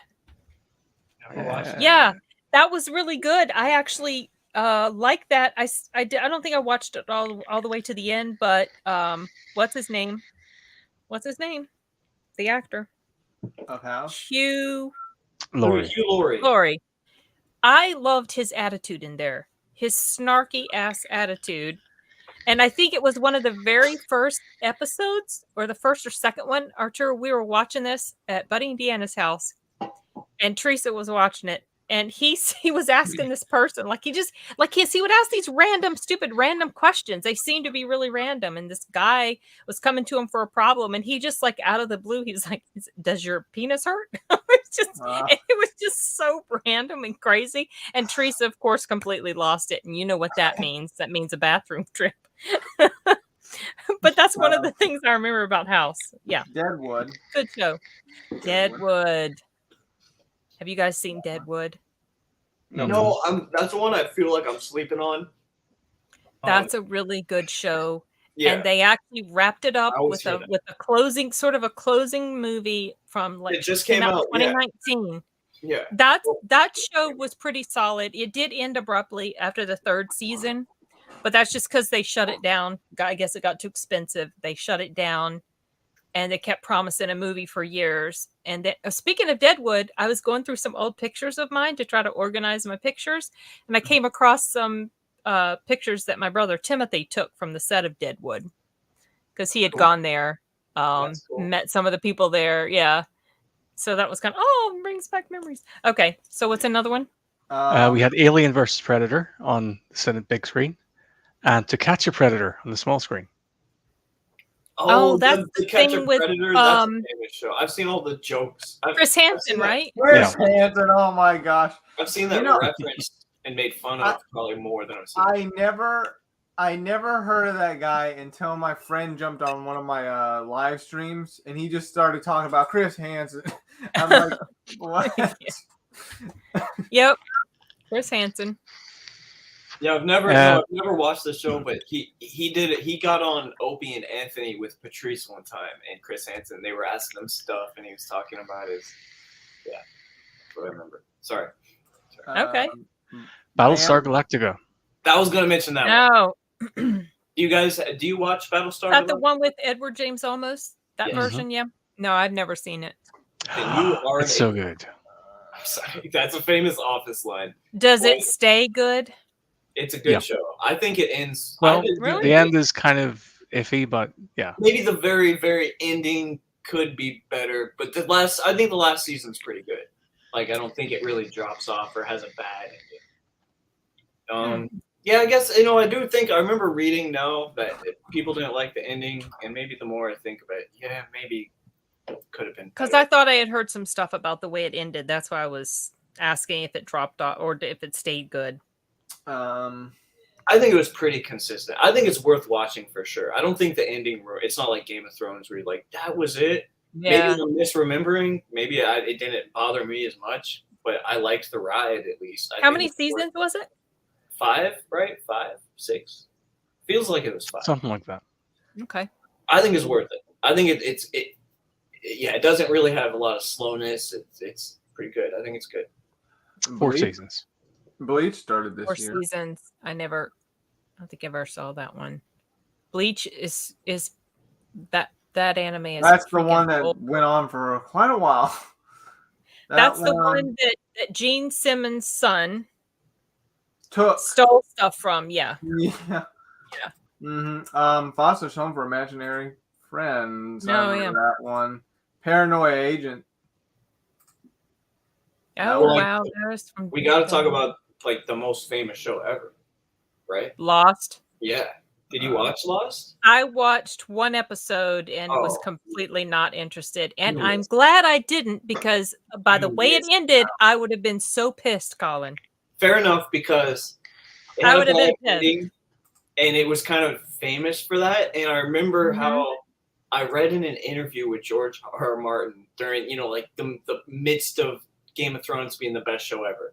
And he's like, listen, I know Lost sucked. I was a big fan of Lost. We're not going to do that with Game of Thrones. The Game of Thrones is going to be a good ending. And I was like, thank you.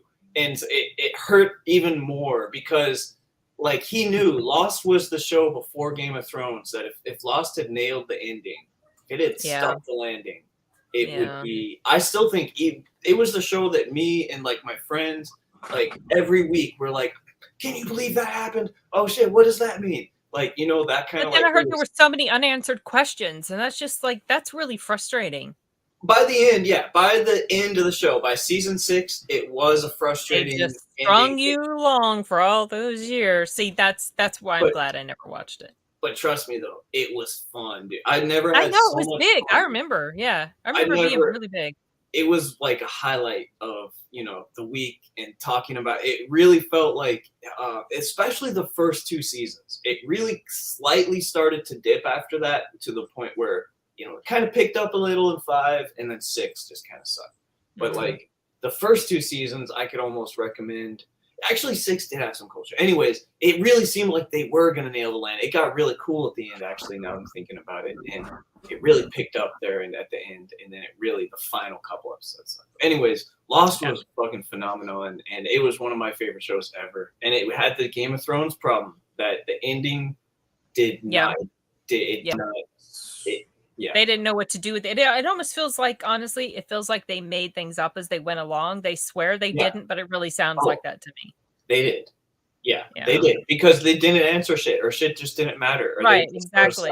And that is why you always want to write and prepare. Oh, we lost Derek. He never finished his top 3. Oh, we jumped. We jumped too quick. Did he not? No. Oh, well. He'll come back. Real quick. Danny Phantom, Justice League Unlimited. Simon, did you watch Lost, Simon? Lost was the first show I saw in America on American TV, and it confused the hell out of me. Not because of the show, it was because I didn't know where the show ended and the commercials began because they were so fucking frequent. Yeah, it sucks. Mm-hmm. I would wait and watch that. No, actually, I did watch a lot sometimes, I think. But no, I think if Hulu was available, I would wait for Hulu. Because commercials suck, dude. I don't put up with them anymore. Then there's Dog, the Bounty Hunter. Oh, that was a fun show, actually. Like that, I used to watch that show. I like Snapped. That's a good documentary, crime documentary show that focuses on evil women, basically. Samurai 7. What do you mean evil women? Aren't all women evil? A lot of us are. Like how evil? The Batman. The Batman. Yeah, the cartoon animated one. The one where they made about Alucard? Dracula. Yeah. Okay. The Batman that looks kind of Asian, right? The way they drew him, almost anime-ish type. Okay. Yeah. Drake and Josh, Camp Laszlo. Wow. Yeah, a lot of franchises that started this year. I didn't even look at the TV list at all. Well, The Apprentice. If Derek comes back on. Oh, The Apprentice. Oh, I never watched that show. You're fired. Yeah, you're fired. That's what I said to you the other day, Arturo. You're fired. Oh, Kingdom Hospital. What's that? Kingdom Hospital. Have you heard of it, Colin? I don't remember that. No. Was that the comedy? I maybe did. Maybe it's like a fantasy horror Stephen King kind of thing. Yeah, I'm looking that up. I almost feel like no, I haven't seen it. I don't think I have. Is it good? Yeah. It's not good. No, it's sound very hopeful. No, it's like I just had a lot going on in my life right then. I didn't really connect any TV right then. Actually, like I have heard of it, but I don't think I ever watched it. Kingdom Hospital. Okay. Well, who would finish their top 3 or 4 of movies? I thought all of us have gone except you, and like you Derek, said, Derek, come back. He might have had to go because he's got stuff going on at the house. Okay. I'll ask him. I'll message him on Facebook and ask him what was his. He's got to finish. We can't end it until he finishes it. Oh, we have to, Arturo. I got to do my stuff. It's almost 12. Just a few minutes, yeah. And I have to do it before 12. I'll get in trouble. Honorable mentions, I guess. The Grudge, Spider-Man, King Arthur, and Harry Potter. Harry Potter. So, what? No, Pimp My Ride. I'm just looking through the TV stuff still. I watched Pimp My Ride. Yeah, that was. Now, number 3 would be The Bourne Supremacy. Number 2, Collateral, and number 1, Cellular. Cellular's your number 1. Yeah. Okay, that surprises me. I had more. I think I had a lot more fun with it. I don't know. Yeah. Something about it. It was a good blend of comedy. I mean, I'm not saying like like I said before, the list can change. Yeah. Collateral. I feel like all these other movies. Just for now, Cellular. I don't know. It was fun. Okay. All right. Well, I feel like I need to dip out, y'all. Derek. Unfortunately, right. It's been a lot of fun. I'm glad it has, and it was a long time in between. But this is what happens. Maybe longer in between for 2005. We'll see. Hopefully not. We need to hit the round running. Oh my gosh. Hit the ground running, or hit the round. We need to hit the ground running watching some 2005 films. Mr. and Mrs. Smith, Arturo. Okay, yeah, definitely. On that one. You still alive, baby? Pow, pow, pow, pow, pow. Mom, I almost just shot you just now. I'll try to find something to recommend and throw something on Discord for you. Okay. I know you probably got a lot, but I need to refresh my memory. But yeah, you gotta.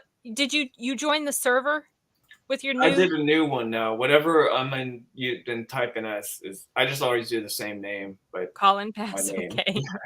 I think my new one doesn't have my middle initial. My last. Okay. Bye, Jeff. Hi, Jeff. It's been fun chatting. Okay. Well, I'll create another group chat with you, me, and Simon. Okay, cool. And or you could just also you could throw up those recommendations in the chat in Discord too. You know, like the movie chat or whatever. So yeah, I'll look, and I gotta say too, 2006 is like maybe my all-time favorite year. So I'm looking forward to getting. Okay. I'll look. Will I delete? Sorry, will I delete Colin G Pass from the server? No. So there's no confusion. The old ones, yeah, the old ones, because he had like Colin 3 of them in there. Colin G Pass is my old one. Just, so, right. The old I'll delete ones. that one. Okay. Cool. Again. Okay. Again. Colin, write down your password. Okay. I know. Okay, I'm going to end broadcast. This has been fun.